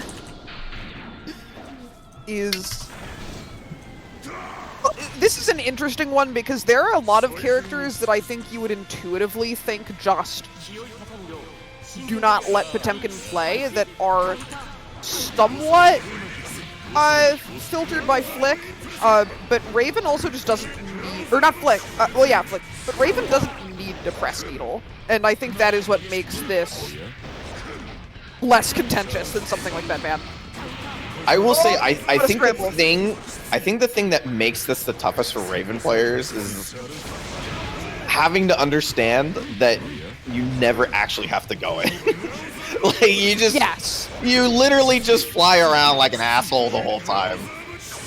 Do you know how Sin players hate this matchup because it means they can't do anything fun? They just have to press Beak Driver. I feel like it's pretty similar for Raven. Oh, what a mix! Oh, see, this is the situation that Minatums is putting himself in by attempting to play fun Raven as opposed to Bubba EX Raven. Yeah, you could play the most boring Raven in the world. But, I mean, with 100 meter, you can kind of do whatever you want here. So, just kind of going ham towards the end. 100 meter equals 4 needle YRCs. If you care to do that. Nice 6P. And... this looks more impactful than it is. I love when Raven players talk about, like, oh yeah, my character has, like, really low defense modifier because their character has like fairly good health, but they want to complain. Minitums doesn't do that. I don't think I have ever heard anything about Raven from Minitums that was not complimentary. Oh, you are just exploding.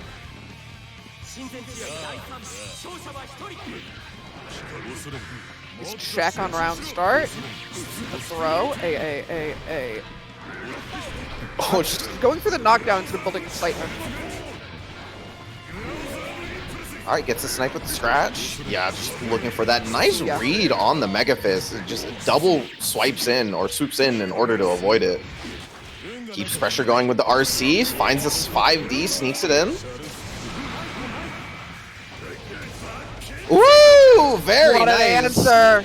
Yeah, just backs I do up, think sees that- the charge. One of the things that Minitums has been doing for this entire tournament, actually, that I think is becoming part of his game plan is running the initial glide string mostly as a call-out, and then going in for a mix using, like, the mental stack or the last plus frames from Orb. And that's the thing that's actually causing Twigimus a lot of problems, because it worked very well in the match versus Show, where Twigimus just didn't hold the wake up, but Minitums is presenting a real awareness of a lot of the things that Pot can do to contest him on Oki, which is admittedly not much, and playing around that. Get in, neutral in a can. Hey, it's a great 5H anti-air in that situation. We've been telling Joey, you gotta 5H more. I don't care if it's gonna work here. Just press 5H, it'll probably work. So, really good normal. What? I don't know how good it is against Pot, but it's a good normal. I think if as Raven getting into the habit of pressing 5H is a good one. I imagine it's probably pretty good versus Pot having a 2-hit normal that kind of and is special cancelable. I think at the spacings that you would press 5H at against Pot also, it's like pretty solid against what he's doing. Like if you're in Pot / range, but also within Raven 5H range, I feel like you're most likely to win that trade. You're blowing up. Oh, stun setup. Very nice. Or I should say stun combo.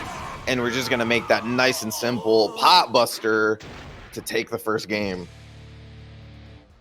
It would simply be right. Yeah. Yeah, that's kind of what I mean, is that the character kind of doesn't... You don't get to do fun, enjoyable Raven things and just get to fly around and dash in whenever you want. It's kind of a character that actually has to play very reserved and really wait for their moment to work out for them. He also does no damage, which I think is probably like fucking sucks against Pot in this matchup. Yeah, it is a legitimate problem. Yeah.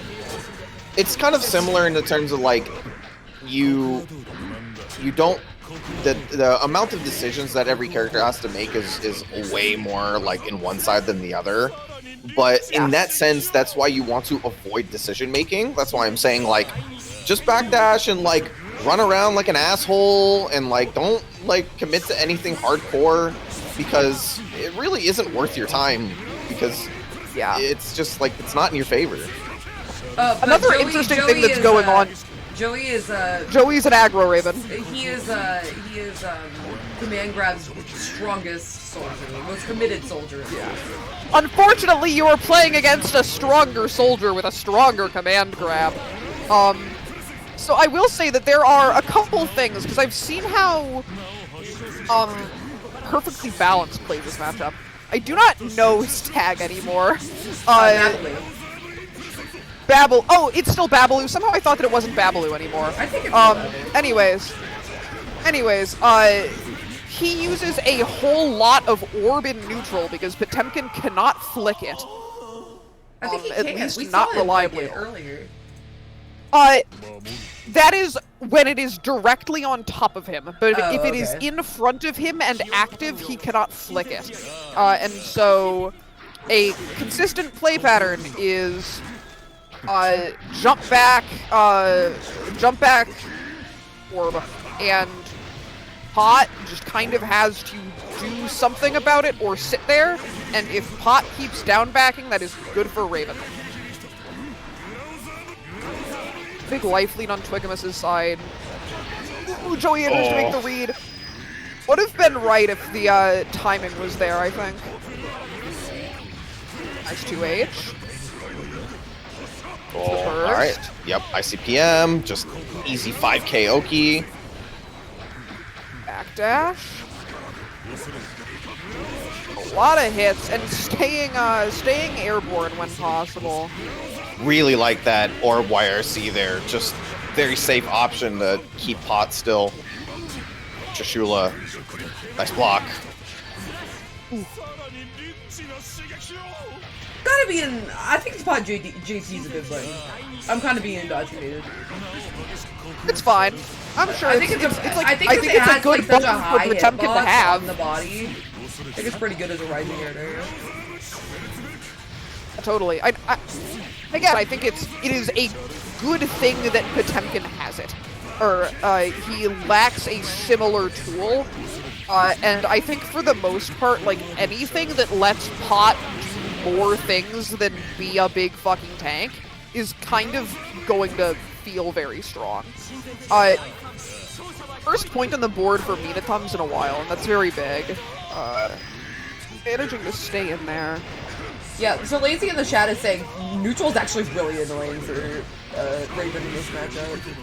Yeah, I imagine. Yeah. That doesn't surprise me. It's not like Chip where he kind of gets to decide to go in whenever he wants. But it is also like, yeah. I mean, not to beat it with like a dead horse, but it is like, yeah, that's kind of where you just don't want to make decisions, and it's kind of frustrating. And it does matter that that Raven does not have Beak Driver. Yeah. There is not a, like, I'm sure 2H is close, but you can still hammerfall 2H. Is 2H 2 hits? It is not 2 hits, and that's why I'm saying you can hammerfall I it. see. It's just that it is the closest thing that Raven has to just like just that kind of very long unfuckwithable poke. For some reason, when you said that, when you said Hammerfall, I thought of ICPM. I was like, yeah, it's a low. Of course, ICPM would go over it. Lazy, do you know of 5P2D Gatlings? I played Raven like 6 years ago now, or some nonsense like that. I don't remember at all. It's too bad that the Raven does it isn't as good as the Jacko does it, where it has all the Gatlings on the page. But I can find it. Yeah. Oh, right. Where's Raven on the character slides? It's right You can just do 2P4. You hit my point, though. You exactly knew what I was going to talk about, so that's kind of the same idea. Yeah, it's just it's looking for this like low commit stuff. Yeah, 4P2D. It's looking for this like low commit stuff that kind of lets you escape whenever something bad happens. It's I think there's a lot of characters in the game actually that kind of just don't have to do shit to Pot. Like they just like whatever. This character doesn't like just this character doesn't like get to do anything most of the time. So like if you heat grab me out of the air, like fuck if I care. Like you send me full screen, we just do this shit all over again. So yeah, like it makes it quite difficult for the Pot player to really do anything. The problem is that that's like legitimately the most boring way to play the game, and it's not fun. So yeah, I have spent I think the majority, not the majority of my playtime, but my most played matchup is again as Bedman, who is a very mobile zoner with solid air to airs, who is thus also attempting to play lame against Pot, against a Potemkin player who will contentedly entertain herself by downbacking for like an entire round. and occasionally anti-airing if you make the foolish mistake of taking a game action. So you're very much right in saying that your biggest enemy when playing Potemkin as a character that has functional answers to his kit is kind of yourself. Yeah. I mean, so like, the reason why I was asking Lazy those questions is because a lot of characters that can operate inside of that typical, I would say, like 1/3 screen far S button range that characters have, like Raven and Kai, is that they usually have good Gatling options in or out of it in order for them, or good special cancels in order to break Hammerfall. So like, for Kai specifically, like far S Stun Dipper is like always a really scary thing for him to deal with, because he gets to poke with a faster normal outs from many of his buttons at that range, while also providing the ability to break Hammerfall armor. And I was wondering if like Raven kind of had the same option without staying 2D. And the reason why I asked for 2D is because 2D is like very, very non-committal and has the ability to kind of just like, you can just fly away afterwards if you want. So it is one of the I don't know, I don't really know how to like stress how much I feel like Pot just has so little options versus the majority of the cast, because I don't think he doesn't really have an ability to like threaten himself in a big way until he takes massive risks. His best thing that he has is just having the highest effective HP in the game. Oh boy, all right. Chip versus Kai. If things haven't changed, this matchup is freaking annoying, but you do have options to deal with it, and it is about... Oh god. Lord.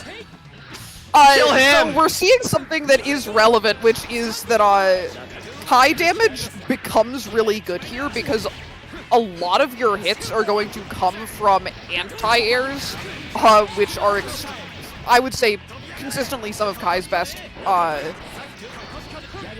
damage starters. And also, you are playing against chip health. Wasn't able to get the full combo there, but good damage nonetheless. Like you were saying before, all of Kai's combos do actual normal human damage now instead of baby damage like it does on the majority of the cast. So you're pretty happy pretty much getting anything. Ooh, that alpha. Yeah, and... Okay. Sho gets the knock. Woo! Throwing out again, Rozon. That's what you like to see.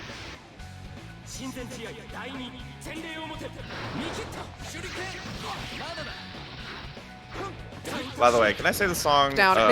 Very good thanks. phasing. I love this song so. I haven't listened to this in like years. I love this song so much. Oh yeah. Okay. Oh, nice. JD timing to catch the stun dipper.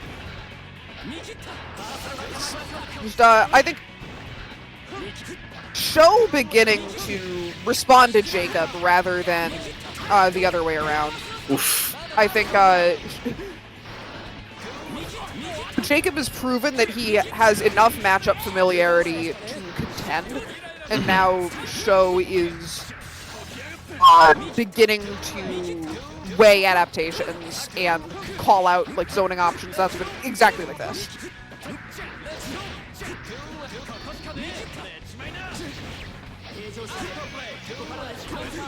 Oh! I've got a big ass 2H as well. That sucks. Oh, Hellfire combo will add the extra amount of damage needed to take that. And great stuff. Yeah, like you're saying, it's very clear that Jacob understands what needs to be done in order to shut down the chip player. So see how if Sho has the ability to play around it as we get into the second game. Yep. Nice confirm. It's the knockdown. Little 6K action.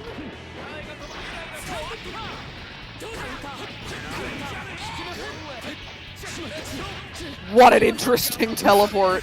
It's a great read. This is... Ooh, that... 2-2P is... an option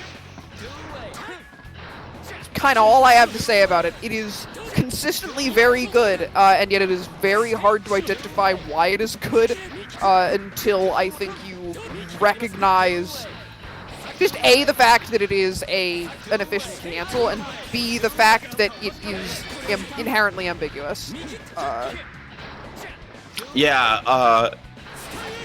Actually, I'll just bring it up afterwards. It's a funny fighting game concept to bring up, but what show's doing really well now is just being way more, I guess. I don't want to say random because they are making decisions, but like flipping how they are approaching consistently. It's not just going to the air all the time. It's staying on the ground. It's running forward. It's giving Jacob a lot more to think about than just jump back 4H and hoping that you get a throw. Yeah, varying options a lot, and I think another thing is that Chip's speed and low commitment options allow him to just present more situations, right?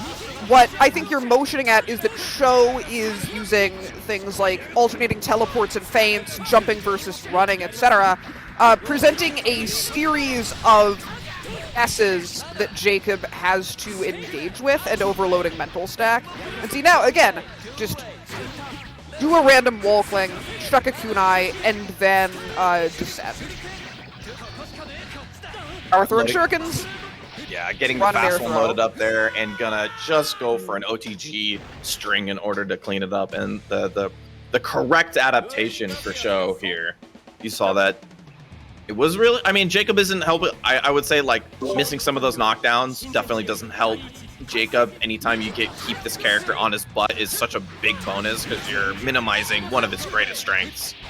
But see if the adaptations are to be had in order for Jacob to make this a little bit more engaging. Oh, DP.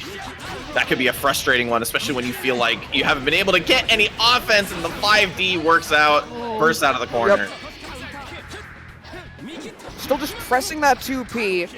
Good good blocks from Sho, getting through a lot of somewhat ambiguous situations, and we get the IBs and steal the corner. Ooh, nice JK. That's one of the things whenever I fight Jacob, it's hard to be in the air around that range where JK is going to hit, because he'll just be there with that JK. It's an air-to-air missile. It is one of the best anti-airs. Wild button. Yep, it is extremely strong. And you see him going to the air with it a lot, preemptively even, just to try to see if you can get anything with it. Yeah.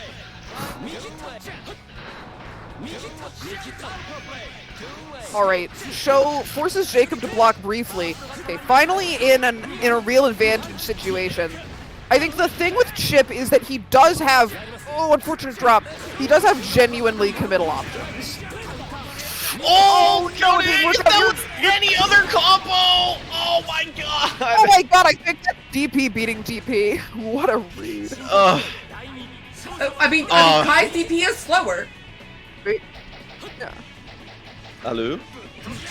The oh my god! Oh, that is actually, you deserve to lose 50%. Yeah, I was gonna say that's that like solid 50% punish is divine punishment. Oh my god, Chip players are. Oh my! I will refrain to say. Comes in the chat said, "Bro with the pocket sand." I will refrain to saying further things about Chip players. Oh, PRC to stay safe. To be fair, that might have been an actual DC, and then they plug their controller back in and press 5D, which Sho plays kind on of Steam rules. Deck, by the way. My God! Oh. That was just Yomi? Speaking of Great Yomi, stuff. I will give Sho the benefit of the doubt and say that was something awry, but great stuff nonetheless. That was a really wonderful to watch back and forth. Adaptation from both sides, absolutely. Understanding what was the crux of the problems when they were losing. So really, really well done there. And here it is, losers finals against the person that sent Jacob to losers. Can he overcome? Wow. Side note, why does everybody in Exerd have like a sentence long for their name? It's funny. Like, Low-tape for Fate, Rihanna, or Conan is not a crazy, single though. one of you can just be like, yeah, my handle is a 1-2 syllable thing. Mine used to be minions are people too when I played Jackal. We get into this one. Losers finals, Minitums versus Jacob. 3 out of 5 format, by the way. So first to 3 wins will be moving on to grand finals. And we start off with the heavy pressure there and earns the burst on the side of Minitums.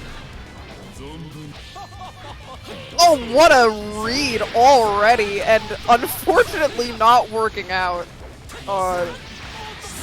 Jacob consistently ready for the fascinating things that intermediate players will do to get the edge on each other. Yeah, I gotta go for the full timer there. Hopefully for killing. Oh no! DP unfortunately whiffs. That will probably be enough, but they're gonna need one more hit now. Oh, get grabbed.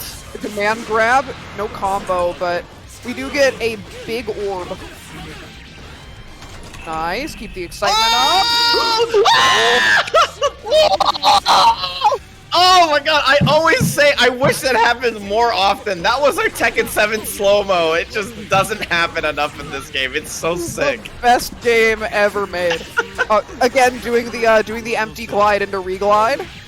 I was playing someone the other day and we had it happen twice.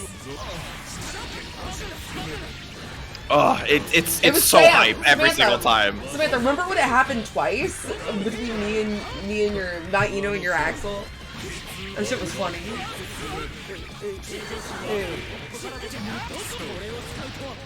XJS, the GOAT. Delay low. You'll love to The see one it. Steve made you get rid of. Hey. Jacob, you didn't let me say A 4th time. Are you dead? I don't think there's enough. Yeah, just barely. No. Oh, barely. 2S cleans it up. 2H. But yeah. Yep. Yeah, That first kicked me from round. the lobby. I misidentified a button.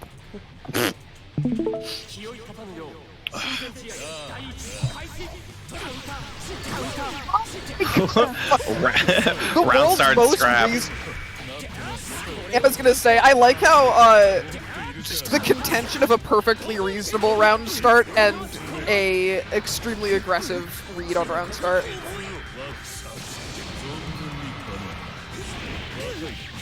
Oh, Building no. up excitement.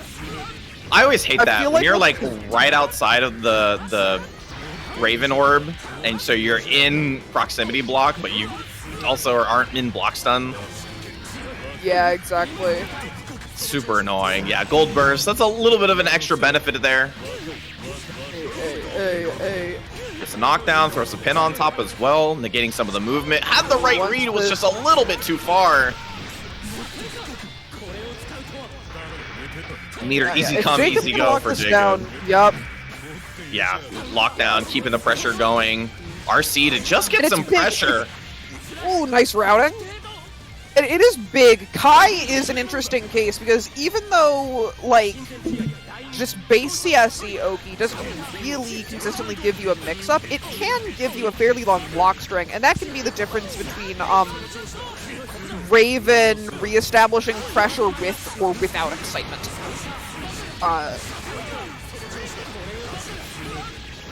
Nice 2H. I'm just controlling this corner. Yeah, I'm gonna set Orb this time instead of going for pin and stays high on the mix-up. Minitums up 2-0 and Jacob in this first of 3 format. And see, they're gonna need one more in order to get to grand finals and really seeing if Jacob can finally make those adjustments that we saw them do versus Show. So they know they have the ability to do it, but let's see if it's going to matter as they earn the early burst. Minitums starting off strong. We will not allow another wake-up stance to get in the way of us. Still, Minitums establishing the life lead, deftly navigating around a series of air-to-airs. Again, a big thing just happened there, which is that Jacob jumped on round start when he saw Minitums glide in, because Minitums is actually not shown that many meaty glides. And immediately Jacob adapts to the other Oki. Again, it's very important just for intermediate players in general to recognize when you are making a series of extremely impactful and good decisions and not winning the round. It does, unfortunately, put Minatums to match point, but it is important for the course of the game going forward, whether it be one round or, at this point, I guess, 5 in a row. Yeah, I mean, everything working out here in the early set point round. Finally, something started for Jacob, but...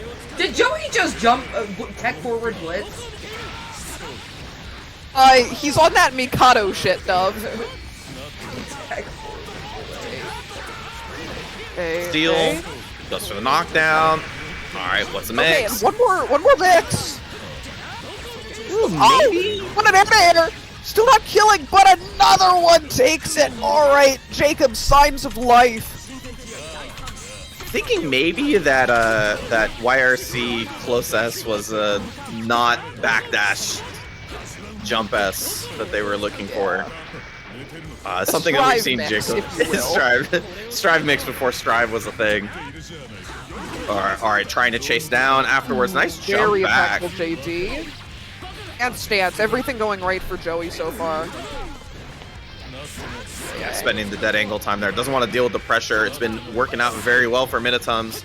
Nice staggers. Now, excellent. Yeah, just abusing the minus frames on Scratch to get back in. Does the funny. Yeah, bursts out of the corner. Gets another chance here. Oh, wasn't able to pick up the trade. Very difficult. The throw. This is not going to be it, but yeah, as the Needle YRC forcing the GAA. Tech JS, I got one of them too. And Joey with the big 3-0. The biggest bird punching his ticket to grand finals. Yeah, very, very solid play. Just it was getting a lot of rewards out of their knockdowns. Pretty much, I mean, a lot of the times it felt like whatever knockdown that Minatums was getting was leading to a lot of pressure or a lot of damage afterwards. And we did see signs of Jacob fighting back, but it was not nearly at the frequency that Minatums was putting Jacob in themselves. So great stuff. We're going to go to our grand finals here. I'm gonna say, versus Joey has Minatums. clearly been practicing, and I am very happy for him, because I know something he has struggled with for a long time is lack of practicing. He has good game sense, he has good understanding of, like, the wacky shit he does. We have seen only, like, 2 command grabs hit. I'm so proud of him. He has clearly been working very hard, and it's nice to see. Absolutely. Yeah, not cold turkey, but definitely working towards it. And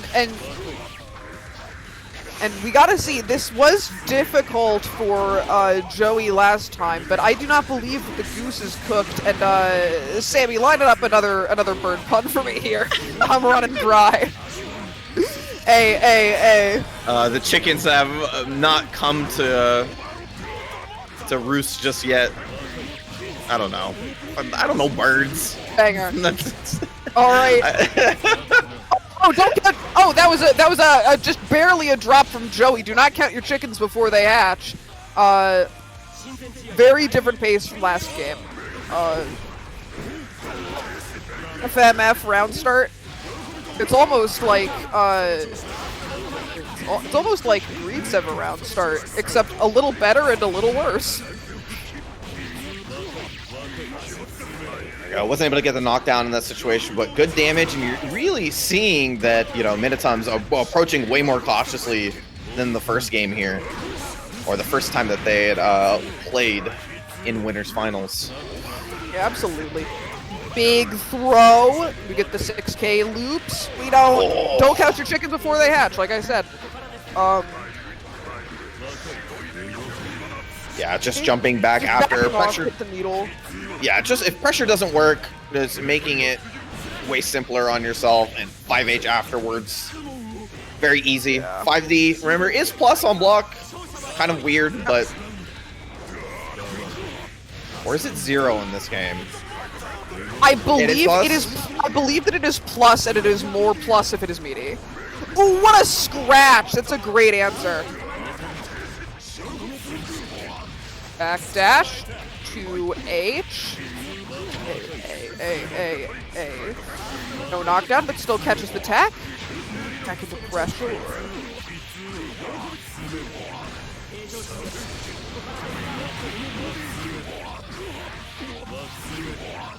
And so close. The Twigimus Pixel! Oh! Oh, I got caught on the backdash with the pin, landing afterwards from the pin, and that's going to be first game. You're really making it seem like Twigimus is like having to reach way more for Absolutely for their situations, and I think that's what's giving Minitums a little bit more rewards. But nice throw, plus frames off the 5D, and just backdash away from that situation. No, thank you.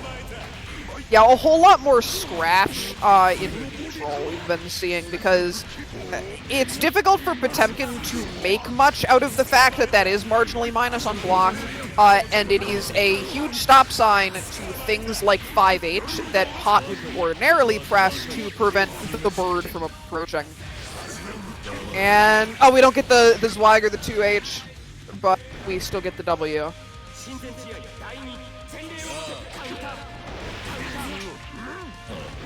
Getting thrown again after the swoop-in situation, but putting into a corner.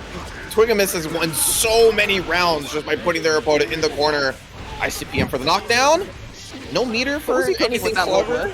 Yeah, he was trying. One more time. Oh, what a read! A. Excellent double jump. Big trade on those 5Hs. What if our 5Hs kissed? Oh! Very weird situation. I think, like, Slidehead actually got low enough to avoid dive-in, and then they got hit by the actual, like, active frames of it. Very weird situation. Oh, sniped out of the air! Oh, for that read. Oh, there goes gravity. Oh. Knockdown, pushing towards the corner. I love the fake. Yeah, that was a patented Joey situation.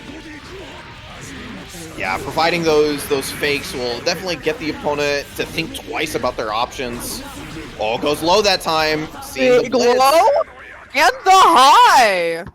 Is the thing I wanted to say. I think back when Show was playing, I forgot to mention it afterwards, was that even doing stuff like teleporting the same place or just like adding a lot of like visual noise to what you're seeing and adding variation in what your opponent is doing could just be enough to give you those like 3 or 4 frames extra for your opponent to have to visually confirm what's happening.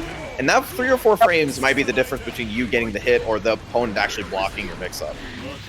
Yeah, it is very much a mental stack thing, and I think that as much as grapplers tend to enable certain psychological traps, as we've seen before, grappler players can also fall into them. I don't think Twigimus has been that bad about this, but if you are overloading the mental stack, which I think Joey is getting into, you can definitely get more baits and force interaction points that you ordinarily wouldn't get to for risk of getting blown up. Great meter usage at the end there from Minitums, not only getting out of the corner, but also extending their pressure after finding that little bit of pressure. Scratch once again. Yep, and now not moving forward until we get the whiff button. Yeah, oh, another great read on the empty swoop into the low, but it was just a little bit too far for the 2D. That's huge for Twigimus. Not in range to get the pot buster, but... Oh, 2D, yeah, just gets out of the way. I really like it. Sorry, jump D. Oh, wow. I don't know if I've ever seen JS hit that late in its active frames. A plus frames, still trades with the glide. Ultimately bad for Twigamus. Ooh, great backdash. Okay. Knocks down. Another low. Get it happen! Get it happen! Get it happen! It. Oh, burst! Oh, Trishula does not work out! Yeah, Is that a rapid Joey reset? gets the reset 3-0. I think maybe it, like, Trishula works if you throw a button in there, but, like, not necessarily, like, in, like, that far out, unfortunately. Alright, Twigamus wants player 2 side. No, I think you just switch, because, I mean, it's just like common custom to switch. There's a winner, I'm being- winners You on... win the set, because you're both on the Yeah. right now. There you go. Round start again. That's something I've seen pretty consistently in this set. Oh, Ran through the whoa. Pop Buster? Okay, relax. Joey I know we kinda feel going like that. crazy right now. Oh, wow. Great button press on the reswoop. Good read. Yep. Okay. Oh, whiff punish there with the swoop. Punishes. Yeah, and I love the RC there. Carry them all the way to the corner. You get this great setup. Yeah, this is very impressive. Again, baiting the 5-8. In these sorts of matchups, I do think that one of Potemkin's big edges is actually the fact that Hammerfall will consistently hit around normal jump height. Yeah, that is true. So, especially with a character that just wants to do stuff like re-swoop in, it's kind of like perfect height to just counter hit them out of whatever they're doing. Yeah. All right, OTG Scratch will let them back tech. Oh, finally. I've been wondering whether that was going to happen. Something we saw in the winner's final set, the 6B anti-airing him out of swoop. Okay, and now we get the 5K. Pretty much your option there. Again, catching the jump out. Oh, Tech Trap ICPM Gaming. Backdash Buster. This is the Twigamus that we saw previously. Yeah, very well-stringed round there, putting it together very nicely. Earns the burst early on. Scratch sending him to the other side of the screen.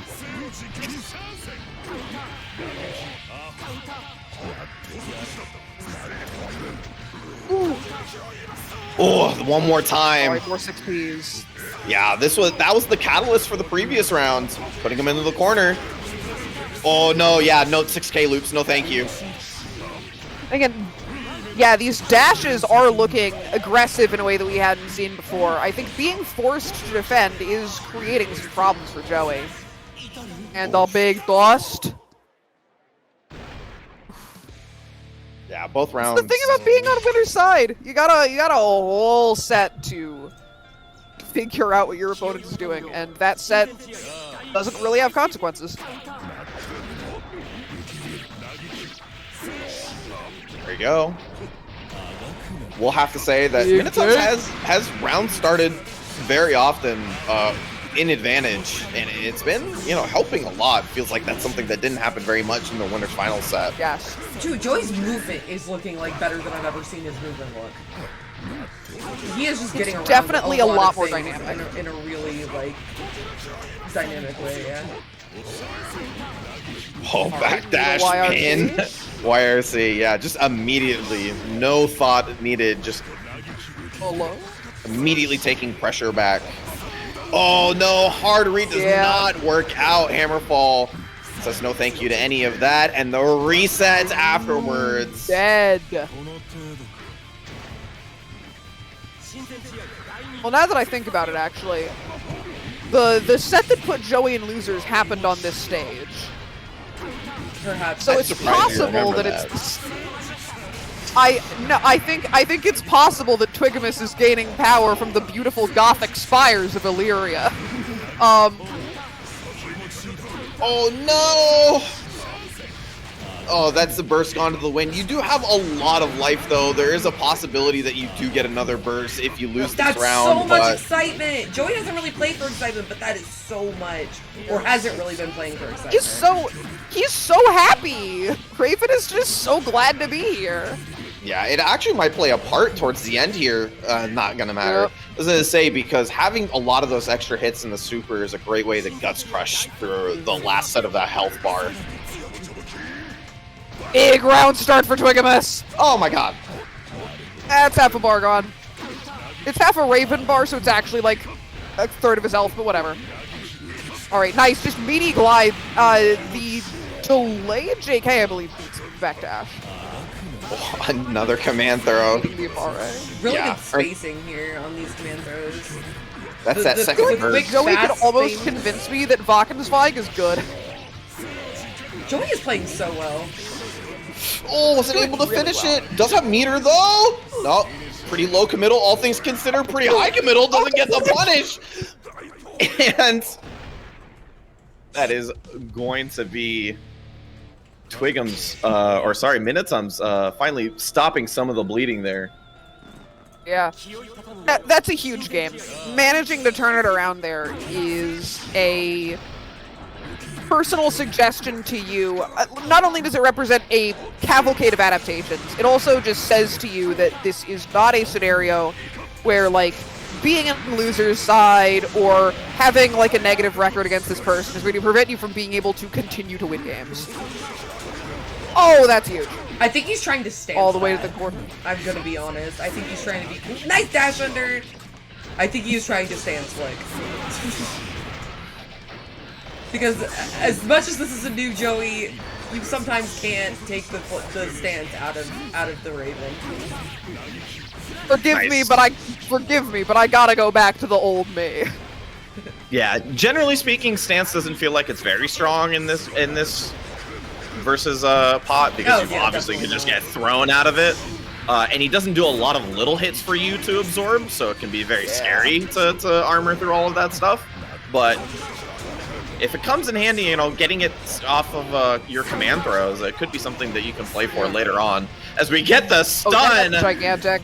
Oh my god. Okay, Ugh. he's gonna, if he Be able to lives combo this, here, a a stun. No, already used the stun. no Okay. restun. That's not gonna happen. But we do get the kill. Do you think, can you only be stunned once per round? You... I believe that. I don't think there's any rules on saying that you can only be stunned once per round, but you cannot be stunned multiple times in a row. Okay. Like you can't go for a restun. You cannot restun in the same combo, yeah. No, misses the 5D combo. Oh, that Vakken. That was an excellent bait. Again, seeing why going for the glide cancel into 5H was good. Twigamus has all the answers. RC, I don't think does anything, unfortunately, for this character. Luckily, that's stunned. When he gets the he gets that super jump JH combo with RC. As I recall, it's kind of ambiguous whether it's good. Yeah, usually I just see him use that to kill. Yeah. Ooh, I think had the read there on the burst, but still got hit by it. Alright. 2H scratch. Here? Yeah. Oh, wire And I C, was- but no response. Joey is, I think, gradually, outside of really unambiguous situations like these, being conditioned to be a lot more respectful of Twigamus's answers to glide. See, like that, just really baiting, and Twigamus is smart to not be too aggressive. No. Doesn't get punished very hard for that YRC command grab, but once again, just gets a combo in the corner, goes for the command grab on hit, was already dialed in on that one, but didn't get punished once again. I mean, Minitums will be pretty happy that 2 errant command grabs went unpunished and takes the round for that. Absolutely. Is this tournament point? Am I counting properly? No, he needs another game to return this one. Damn, I'm insane. Twigamus right now. Yeah, thrown into the Oh, corner. okay. Not a good situation to be in, and yeah, that's why we're bursting. We do not want to be there. Big bait on the blitz. Yeah, consistently beating out those blitzes with the long-range low options that Raven has. Red's the air dash, but Joey doesn't get into it. Oof. Yeah, didn't have anything to come out in what time. a bait. Is that gonna be it? Good Yes. Paris. Yeah. This is tournament point for Twigimus. Ooh. I think Joey's got the clutch. Weird round start situation. Hit by the meaty, but we're back in neutral, and I'm liking how Joey is playing this so far. Yeah, only hard committing once you visually confirm that Twigimus can't answer you. That could have been really bad.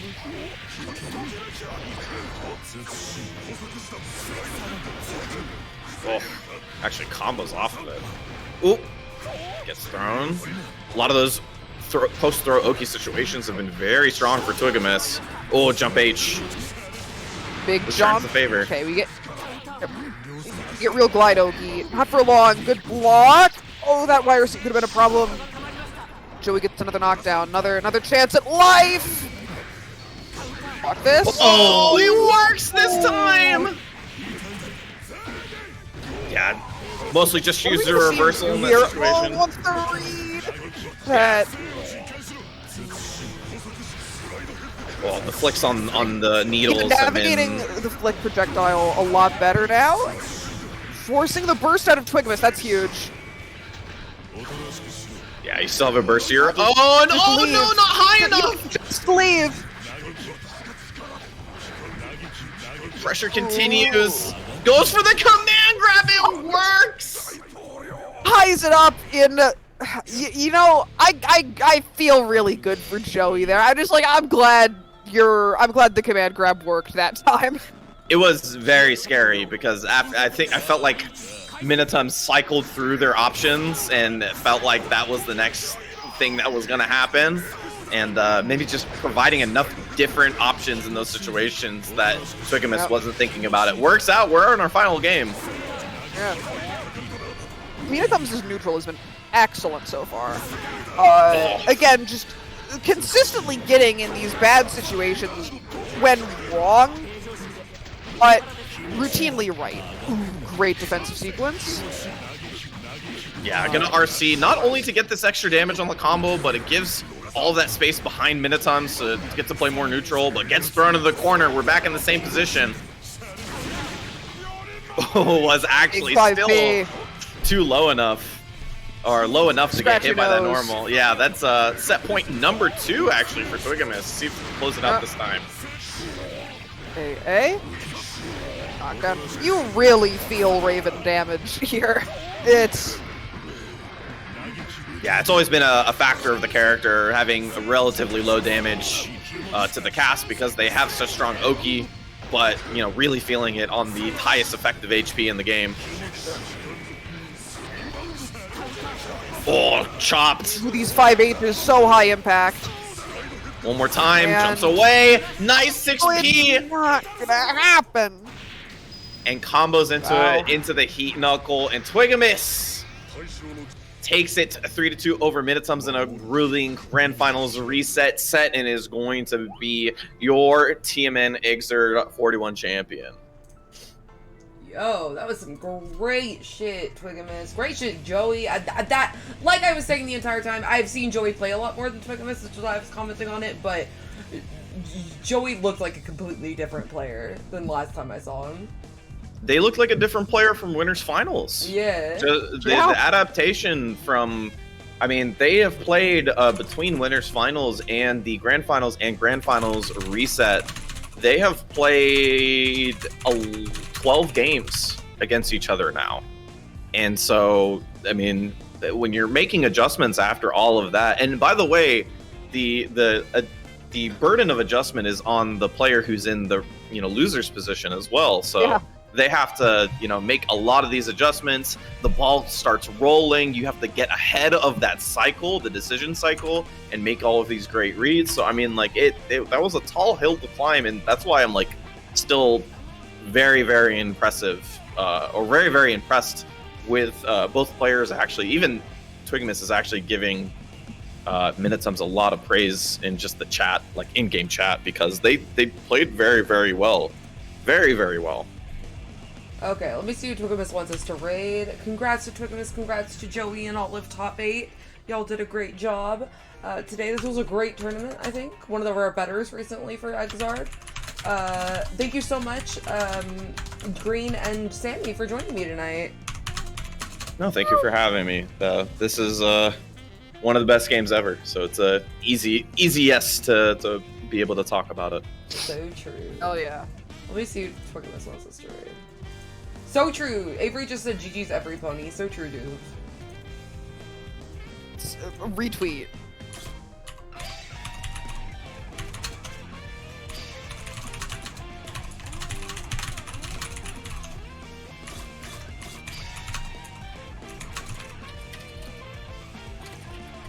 Okay, cool. Okay, well, thank you, everyone. I'm gonna go ahead and end the stream, and don't cook. Adapt is streaming. Yeah, let's stream it. Let's rate adapt.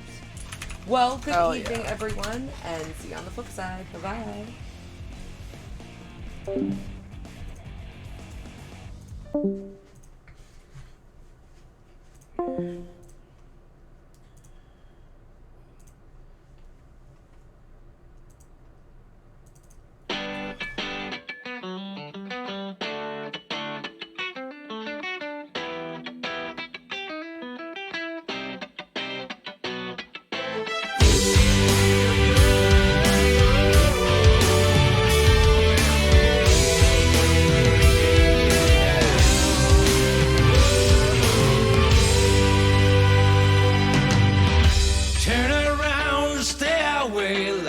So hard, here it goes again. Time will wait for us, so I thought. Up and rest, out of luck, it's just the usual stuff and all. But where your footsteps go, what am I doing here? I don't know how you're feeling now. Hope you were not lonely. Worrying about the weather. Are you crying, coming home?